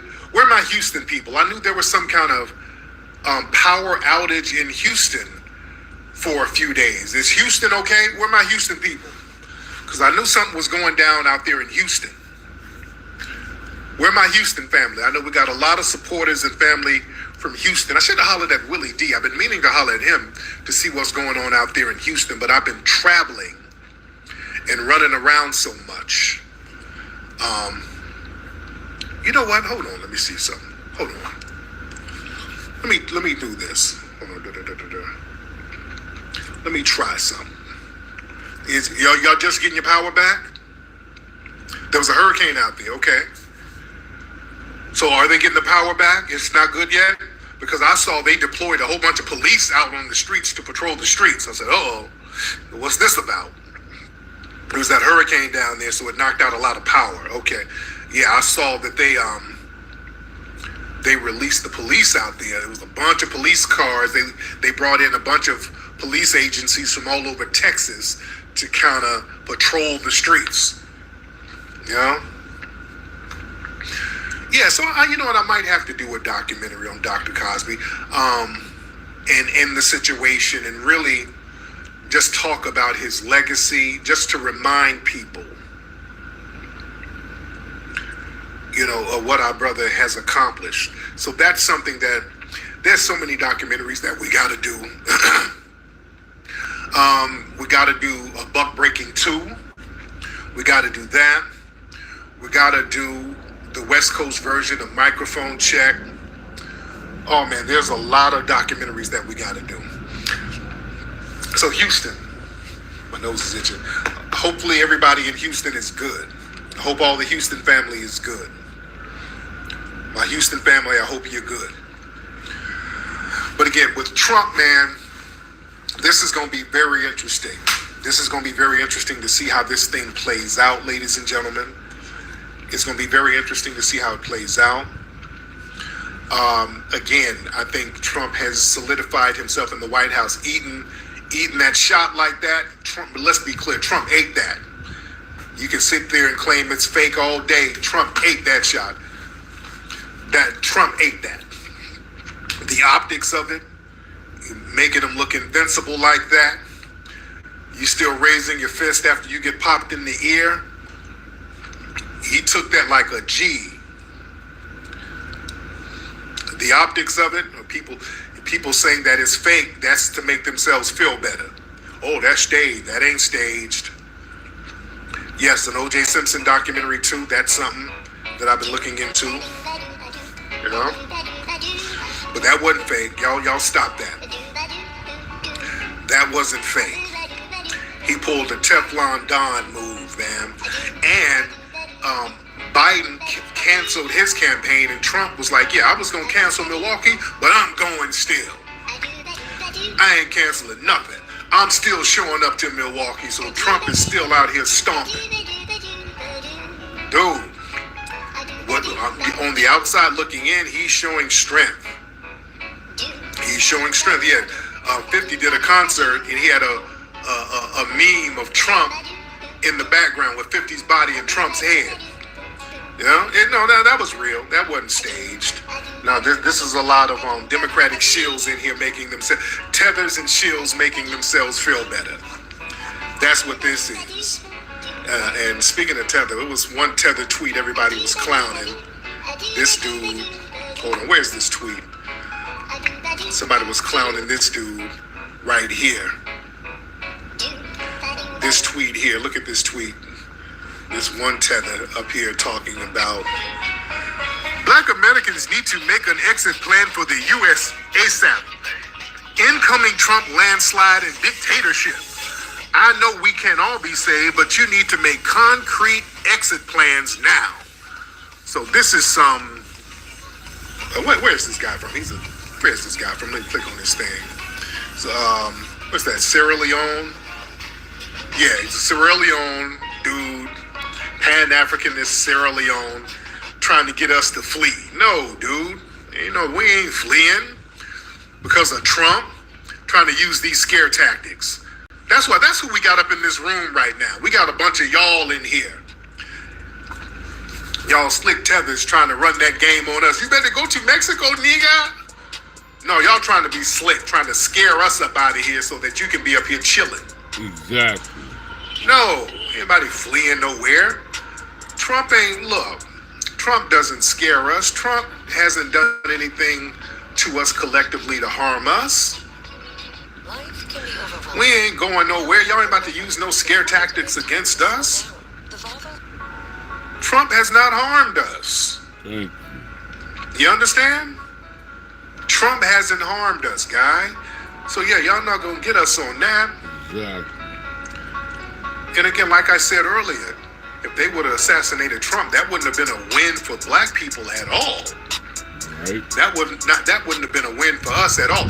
Family, do y'all know how desperate that looks? They have to, in order to stop this man from winning, you got to assassinate him. That's what it looks like. What it looks like, the optics, in order to stop Trump from winning, you tried to throw some charges on him and make him a felon. That didn't work. So now you got to assassinate the guy in order to stop him. That's what it looks like. It looks desperate. That looks desperate. Yeah? That ain't it. And the boy didn't do his job. He failed. Man, shocked they didn't set up an Arab or Russian. Man. So again, they got some lone wolf loser guy to do the dirty work. Yeah? Sidewalk Yeen. Tariq working with them folks. What folks am I working with? Sidewalk Yeen. Who? I'm working with reality? Because I'm not sitting up here lying to myself, talking about this thing was staged and it wasn't. Shout out to the people with the super chat money. Shout out to Robert Benjamin. Shout out to Robert Benjamin had two things. Somebody said, am I planning on doing a documentary about California pop locking? Just the California, the West Coast documentary for Microphone Check, that's going to encompass all of that anyway. Yeah, that's going to encompass all of that. Shout out to Lord Young with the super chat. Thank you, Lord Young, in the building. Let's give the super chat shout outs. So Robert Benjamin has done a few super chats. Shout out to Robert Benjamin. Much respect to you, brother.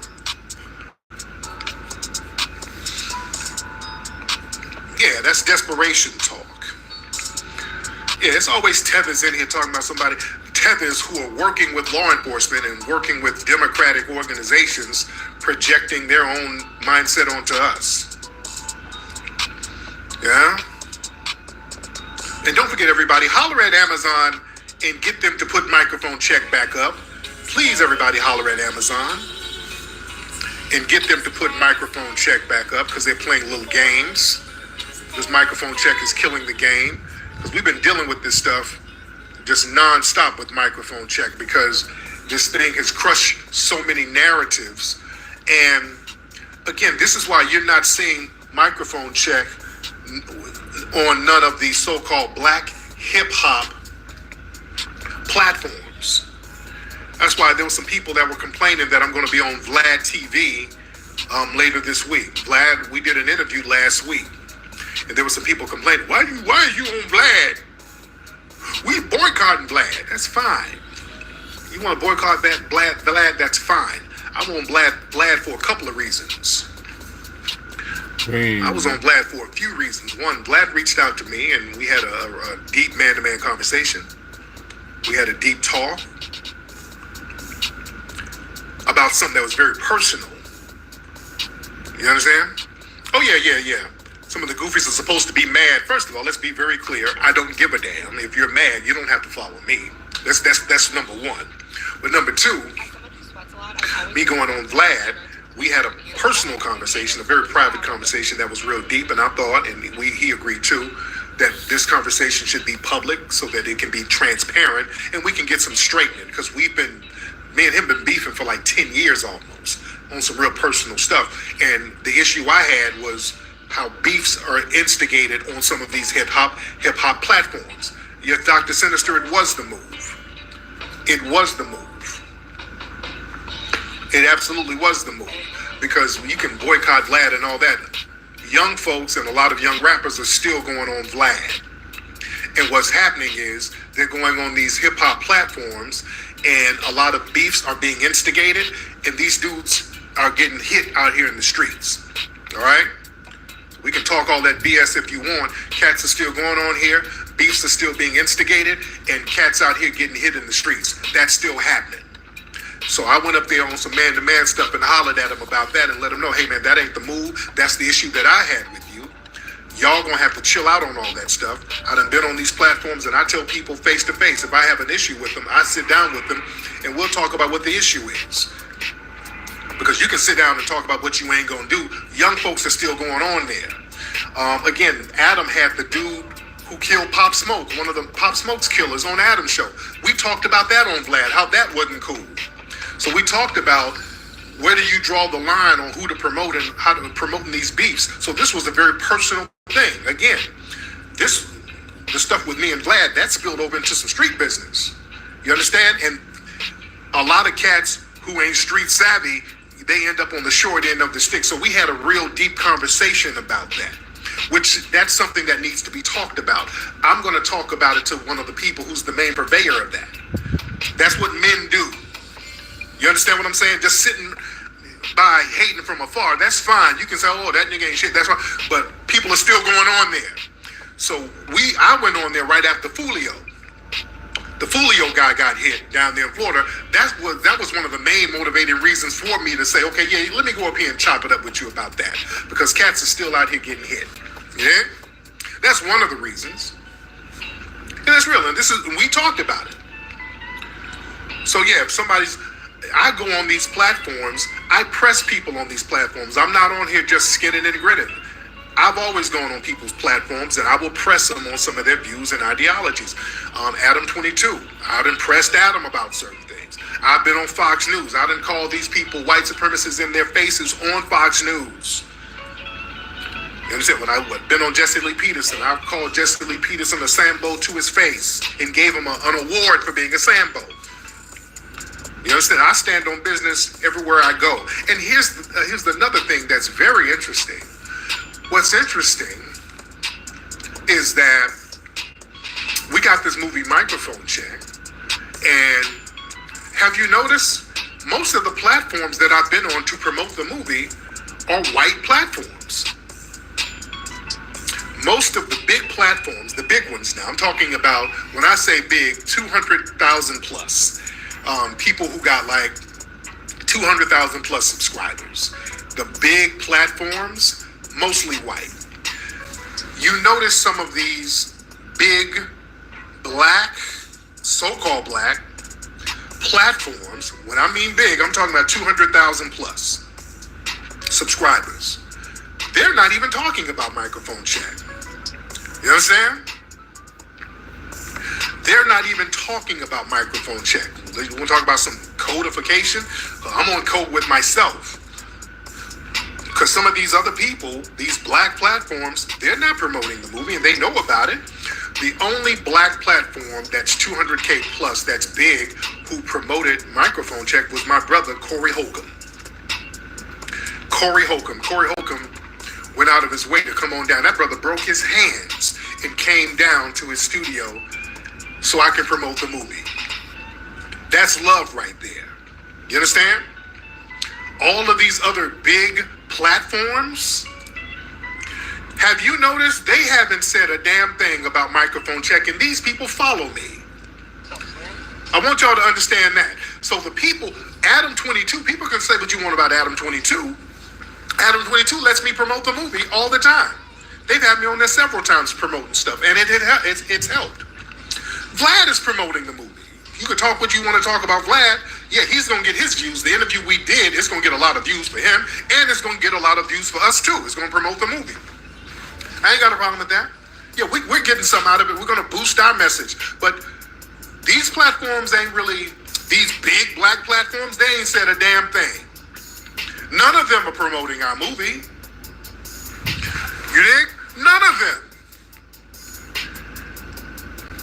Let's keep it a buck. All of the people you're naming right now, and they follow me. They know about it. They're not promoting it worth a damn. They're acting like it don't even exist. And this is the hottest movie out here right now. It was number one, and Amazon just took it off, and we got to fight with them now. You think they don't know about this movie? You know they know about it. This movie went and sold out in theaters, and it's number one. You think they don't know about it? If they didn't know about it, they would be out of touch. They know about this. Ain't nobody exploiting me. We're promoting our movie, fool. This is business. We're not being exploited. We're promoting our movie too. We're getting something out of it. Nobody's being exploited. This is business. Real talk. All of those people you're naming, shout out to Brother Star. Brother Star, he promotes it. Shout out to Star. I actually wanted Star in it, to be honest. But we were messing around with Derek Cologne's goofy ass, and that messed our scheduling up. Can I talk? Can I rap? Can I speak? Yeah? Can I do it? Can I make sure you motherfucker hear me? I am the trap god, I am the rap god, I am that nigga go so hard in these streets, nigga, you don't know me, now you gon' know me and these motherfucking rap things. Hell yeah, you know my rap name. Of course you know my trap game. Been out here doing this shit so hard in this rap shit, damn I go so motherfucking crazy. Don't just play me. Don't say something, nigga, I ain't fucking lazy. Been in this trap shit for so long. All I do is grab this microphone. Microphone check, nigga, you know you gon' break your neck, man. I'm flipping with these motherfucking bars, I'm in charge and you know I go so hard. Stepping in the street for life, bitch. So everything I do, I just push this fucking car faster than before. I mean, out the door, getting it much more. Popping these side doors open, collecting and motherfucker better respect me. Trap god, rap god, damn I am the dopest. Pushing all the shit, man, I ain't no joke with it. Shit, yeah, step a little faster. I've been doing this shit, yeah, you's a bastard. The streets love me, better act like. You know who I am, I'm gonna get like. I don't really give a fuck once again. And no man, I'm on the microphone. I'm the trap god, rap god, man. I'm dope, nigga. You don't give a fuck. I don't give a fuck either. I'm on the microphone going much crazy. Been out in these streets, nigga. You just a hater. Others in the ground, motherfucker. But you know, I don't give a fuck, nigga. You ain't think it was the one that got this game on lock? Yeah, get off my street, punk bitch. I'm slick, I'm coming with this game. Better understand my name and how I do my thing. Where the stage at, ho? You gon' know. Especially when I got them bitches acting crazy in the front row. This is trap god, this is motherfucking rap god. And you know I go so damn hard in the street.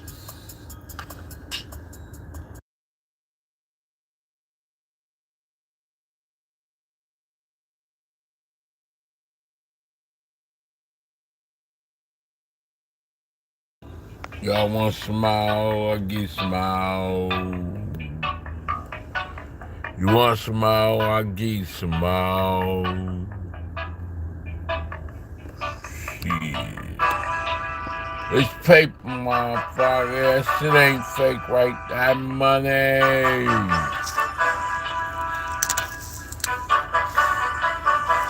Yeah, ain't this shit. I'm whipping it. Woo, woo, woo, woo, woo. I'm getting it. Better act like you see me out in these streets. I'm whipping this shit. Woo, woo, woo, woo. I've been moving like this. Underground with immunity, my community. Every time they talk about me, they try to use me. Try to make example for what? Bitch, I don't give a motherfuck. I'm a dog straight up in this trap game. Yeah, I got a motherfucking mind. And I don't give a shit. You know who I am. That's steady, another nigga. You wanna flinch? Go ahead, you pussy hoe. I beat you down, make you feel what it's like.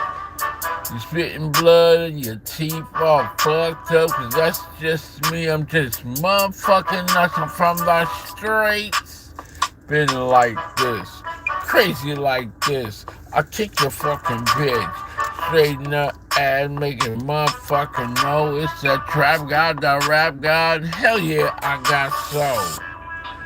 It ain't nothing up to me. It's up to this street shit. You know it's not up to me. It's up to who? The people, nigga. I'm the motherfucking people champ. Been out here getting them and they all praising for me. They calling out my name. I'm giving them the mic. They repeating every word. Just I am the king. I'm the god on this motherfucking stage.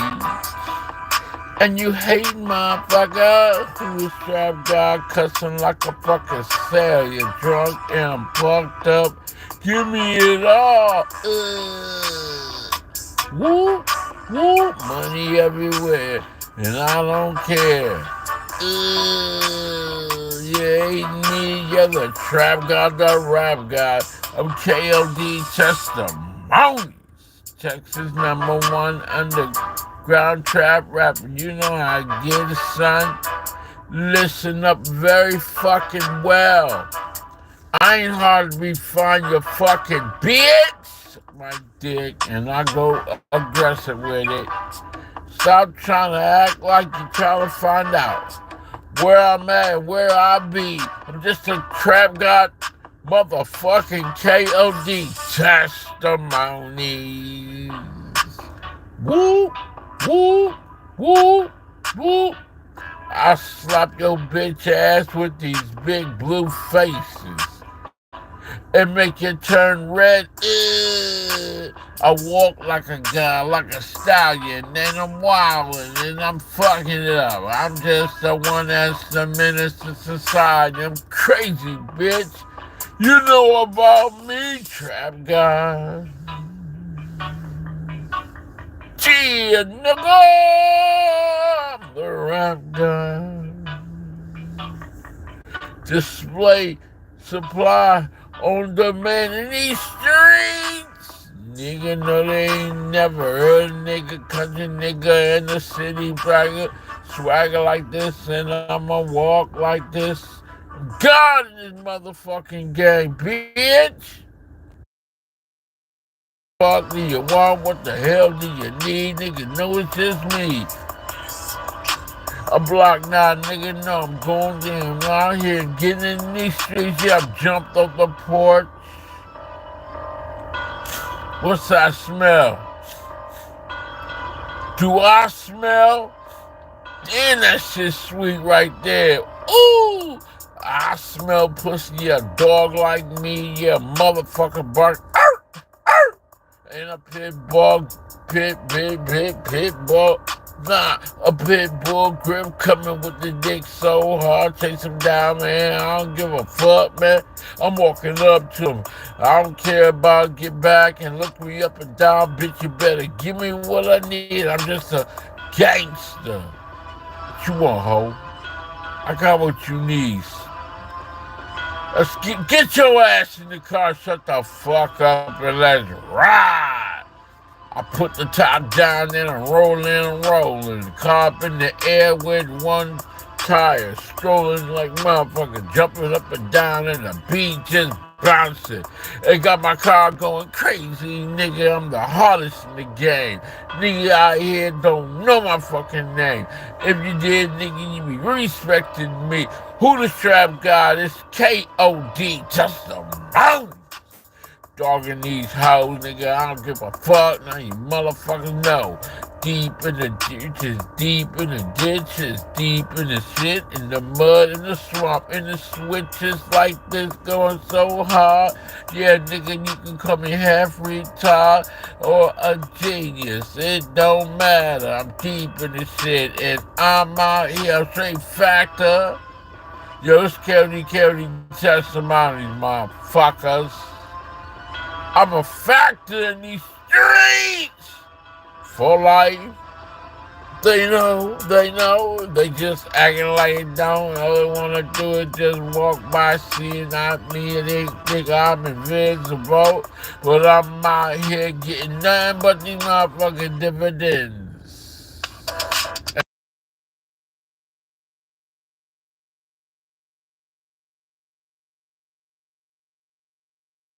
You bitch.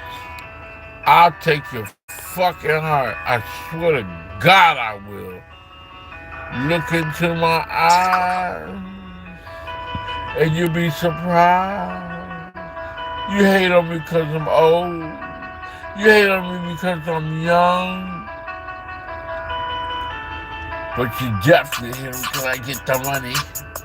I get the bitches. I walk up on the shit and they don't know I gotta have it. And I can't wait to the party, the after party, and the VIP. Remember the day to take it to the hotel, nigga. I don't give a fuck. I got more than one bitch calling other bitches just to come see me. The room just filled with all this pussy. I'm in the trap. Yo, this Kod Testimonies. Sitting out on the balconies, hiding motherfucking damages out here, drinking whatever and smoking whatever. Ugh. Security's protecting me. Security knows me, the trap guy, KOD, room service, bring us all that. And especially that shit, all they can do is give us what we need. Yo, this Kod Testimonies, man. I ain't never had an issue unless the jealous motherfuckers come around. Keep these niggas away from me. It's the trap god. I'm begging with this dick. Putting them all down and respect my shit. Loving me for life, nigga. I don't even care. Gotta tell no one your hoe. Go telling your hoe and they come back to me. The trap god, rap god. Say they had the best time in their life. Of course they do, being around a guy like me, trap god, rap god, I mean them Kod Testimonies. Pussy bitches. Come on! Woo, woo, woo, woo. Day and night, I'ma rock this mic. Come on! Trap God, Texas. What's up, nigga? You better respect this. I don't give a fuck about a motherfucking record deal. I got the shit on lock, and you know I'm the realest. Got my stick next to me. Got whatever I fucking need. I'm happy than a bitch, nigga. God bless the child who got his own. I'm in the streets. I'll beat your ass. Keep talking shit and I'll show you what I mean. A party ain't a party till I beat the shit out of someone. And I'm the trap god. Definitely the craziest one in the streets. Nigga.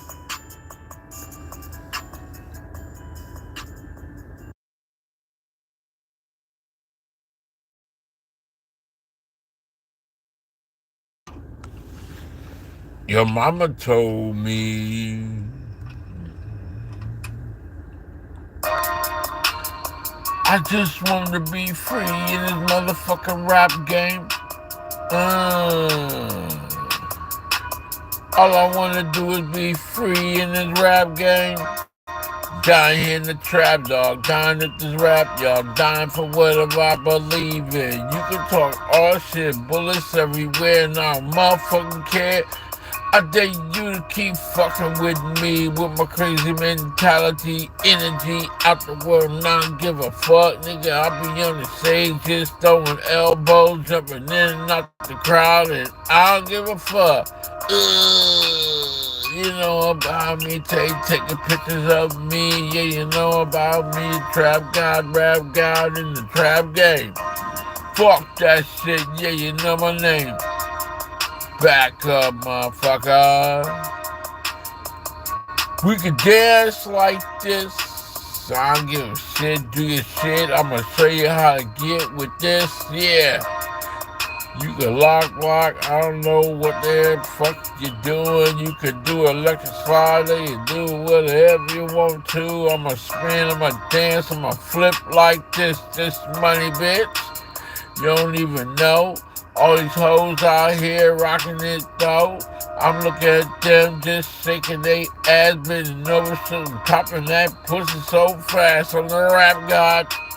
Put me back on the stage. Let me walk back and forth, grabbing my nuts, man. DJ going off on that motherfucking song. Turn it up. Once again, it's out in the streets. Loud in the motherfucking never call the police, and we don't give a fuck though. Shaking around the motherfucking road like we're Super Bowl. And you know it's on. Let's touchdown, Hail Mary, hell now, nigga, what's up? I don't give a fuck. Once again, it's on. I'm in the streets. For life, punk bitch. You can suck my dick, and I don't give a shit.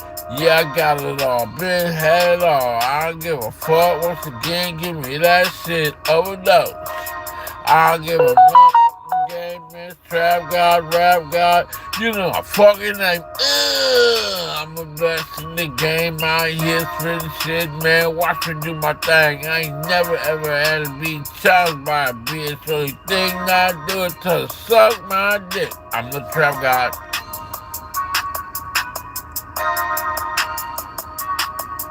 I'm the rap god.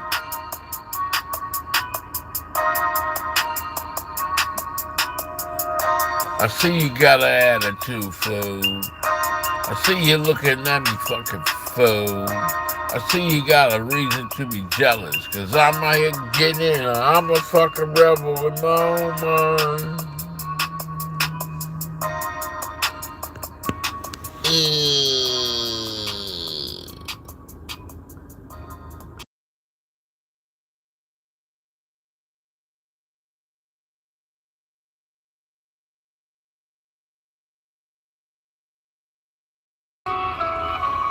Can somebody just show me the way? Or I gotta keep on doing this shit by myself every day?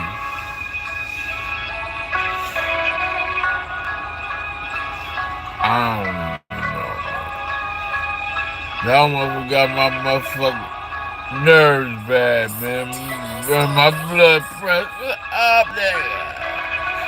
street walking and nigga, the street talking and nigga, you think you got it, nigga, I'm gonna show you what this is, nigga, you ain't even know, nigga, you ain't even heard, nigga, I'm lost the translation, nigga, gibberish, nigga, I'm just shoo on your fucking ass. Somebody speaking this shit, you don't even understand this shit, man. I mean, they're coming with this third fucking mouth. This third fucking tongue. I'm from the motherfucking south. I don't even think you're feeling me. You don't even hear me. You thinking it's some crazy shit. Yeah, it's some crazy shit. In the on point, my vocals wild, and I ain't gonna whine. I'm gonna beat your ass, you pussy bitch. Bitch, bitch, bitch, bitch, bitch, bitch.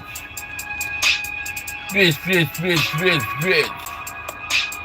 Bitch, bitch, bitch, bitch. Sit your ass down, bitch. Listen to a pimp dog. Going so fucking hard, bitch. I am nigga. I love the shit that I am. I'm thrown off. Yeah, I'm off the spectrum. I'm the crazy nigga. Disrespect me.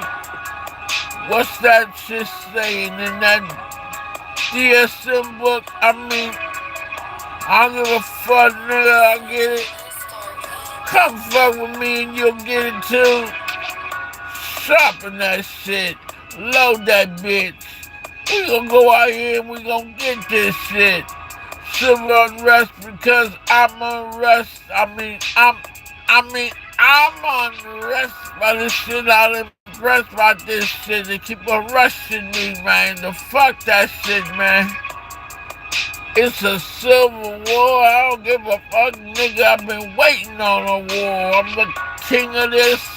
Crown me a hoe, but I'm like a pawn. I'm on front row. I'ma kick in your fucking dog, beat your ass, and I'ma let you know, give me it all. I'm trapped, nigga, rap, nigga. It's the only way, and this shit ain't working, then okay. I'ma take your shit.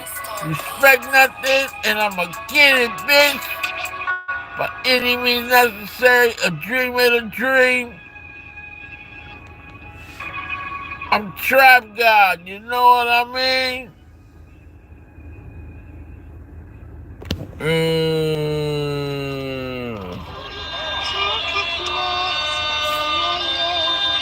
I'm gonna flatline your bitch ass, nigga.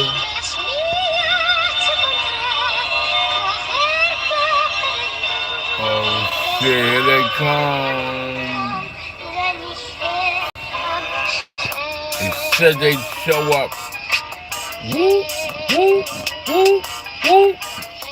They said they'd show up. In my best moments, now they throwing up.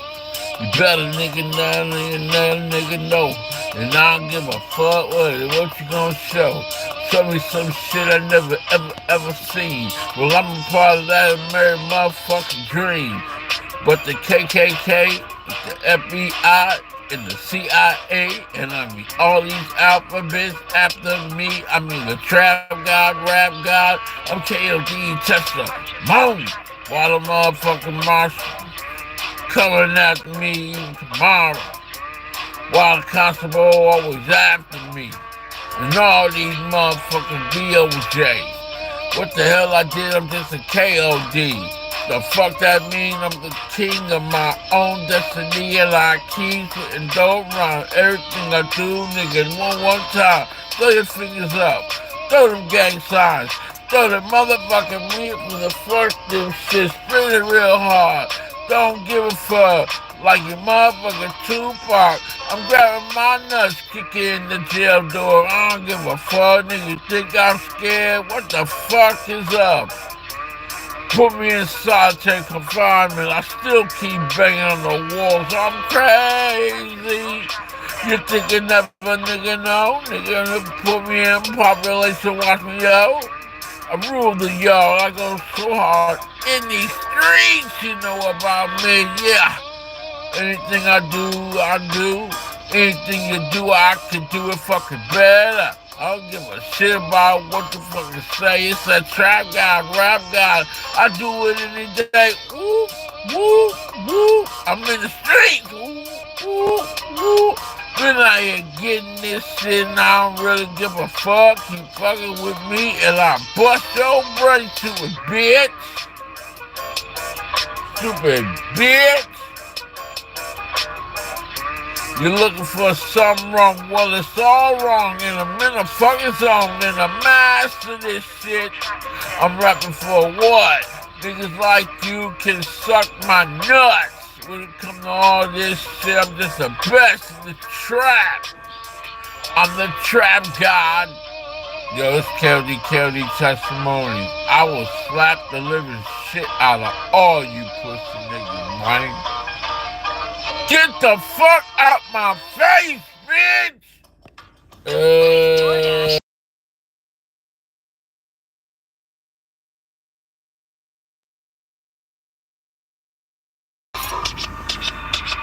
Last but not least, them niggas see it's me, the trap god. Welcome to my motherfucking craziest zone in the zone, and you better leave me alone, man. I'm on this motherfucker to the last day it's on. Hell yeah, I gotta be by the hard nigga. Damn, I'm out here getting it from the start. You ain't know, now you know what you really wanna feel. And you go right me like we're right and you're wrong, and I'm a deal. Ha ha! I be kicking this shit like a nigga needs motherfucking teeth kicked in. You don't think it's a game when I fucking call your name and the streets got me just coming with one thing. I'm violent, ruthless, a nigga with an attitude, a menace to society. I'm thrown off. And I don't give a fuck what you call me. Yeah, I'm a motherfucker alcohol. I drink and I smoke and fuck. Like it up. I'm an animal and I ain't no joke. I'm a black rhino and a stepping so hard. And the words that I say I penetrate you for the push, bitch. You don't even know what the fuck is the nigga I like we doing, yo. Crushed up, kicked up, it's all gang. Fiddles and the riddles, and you know my fucking name. I'm a hot boy, slick stuck. Come on with that real shit. Quit around, spin around the block, and I'ma get with it. Papa Willie on go. Nigga fucking give me up. I'm just a trap god, and you gon' motherfucking know. Die, bitch. Heart attack, hoe. Eat too much shit in your motherfucking mouth. I don't give a damn, nigga. This is liquor sub rap, trap god, KOD, and I can take the medals. I'm first up and then the last one to leave. I'm just the one that got this fucking weed. Give me all the drugs and give me all the love, and I throw it right back, cause I don't give a shit. I'm in these streets. Give me dead fucking money, and I ain't out here, ain't no motherfucking Bugs Bunny. This ain't no Easter. I'm just the one that'll keep on giving you this motherfucking Easter. Heat, nigga, street, nigga. I'm the best in the game in Texas, nigga. In the world, know me, the trap god, rap god. I'm KOD, motherfucking Testimonies. North Texas, best underground trap rapper in this game. Yeah, you know my fucking name. And why am I out here kicking all this real shit? Cause you pussy niggas just get off my dick. I'm in a trap. Y'all really want it, huh? Pussy bitches. Fuck it. You made a mistake when you hated on me, the one that's got it all. I've been out here trapping, man. I mean, damn. You made a mistake. You made a mistake. I've been doing this, and you know you made a mistake. I got money, bitch. What the fuck you need? I know you're so greedy. What the fuck you want from me? The Trap God MC. Back the fuck up. Back the fuck up. Give me room. Let me grab this stage. Ah, shit, nigga. Woo! My heart hurting. My brain hurting. But my dick is still working. big fat funky ass pussy farting on me, squirting on me, the trap guy. I don't give a fuck. Give me all of that shit. Let me smoke all that shit. Let me pop them pills. Let me fuck this shit. I don't give a damn. I'll be out here cussing. Follow me, the trap god, rap god. Follow me, the trap god, rap god. Follow me, the trap god, rap god. And you know I go so hard. What you really want, ho? Dance, bitch, up and down that fucking pole. Sit up and look back, bitch. That's right, shake that ass, and I'ma grab a dick. Take a drink after drink, yeah, I'm painting this story. And I don't give a fuck, it ain't no fake shit, just a real dream. Trap god, rap god, you know what I mean. Get your ass over here and give me them lips. And then short me beer straight in the VIP room where it's violent. Straddle me, bitch. Sit down this dick. Pop it up and down. Makes you grind it, ho. You ain't know this trap guy, rap guy. I'm a nasty nigga in this motherfucking shit. I'm in the trap. Woo, woo, woo. You into rap? Well, bitch, get your ass up. Let's jump in my load and let's go on. We doing this. Showing you a lifestyle you never seen in your life. Your life, man. Please, bitch. I got much more. As soon as I open the door, you can see all these hoes. Call your bitches to come over. Y'all can do your thing. Scissors on scissors, man. I don't give a fuck. I'm the trap god, rap god, sit behind my desk doing all the shit like a Tony Montana. I don't give a fuck, though. Watching everything on that fucking TV, though. I don't give a shit about nothing at all but getting so high and I can't deny loving life. But it don't love me. Everybody jealous even around me. I'm the trap god.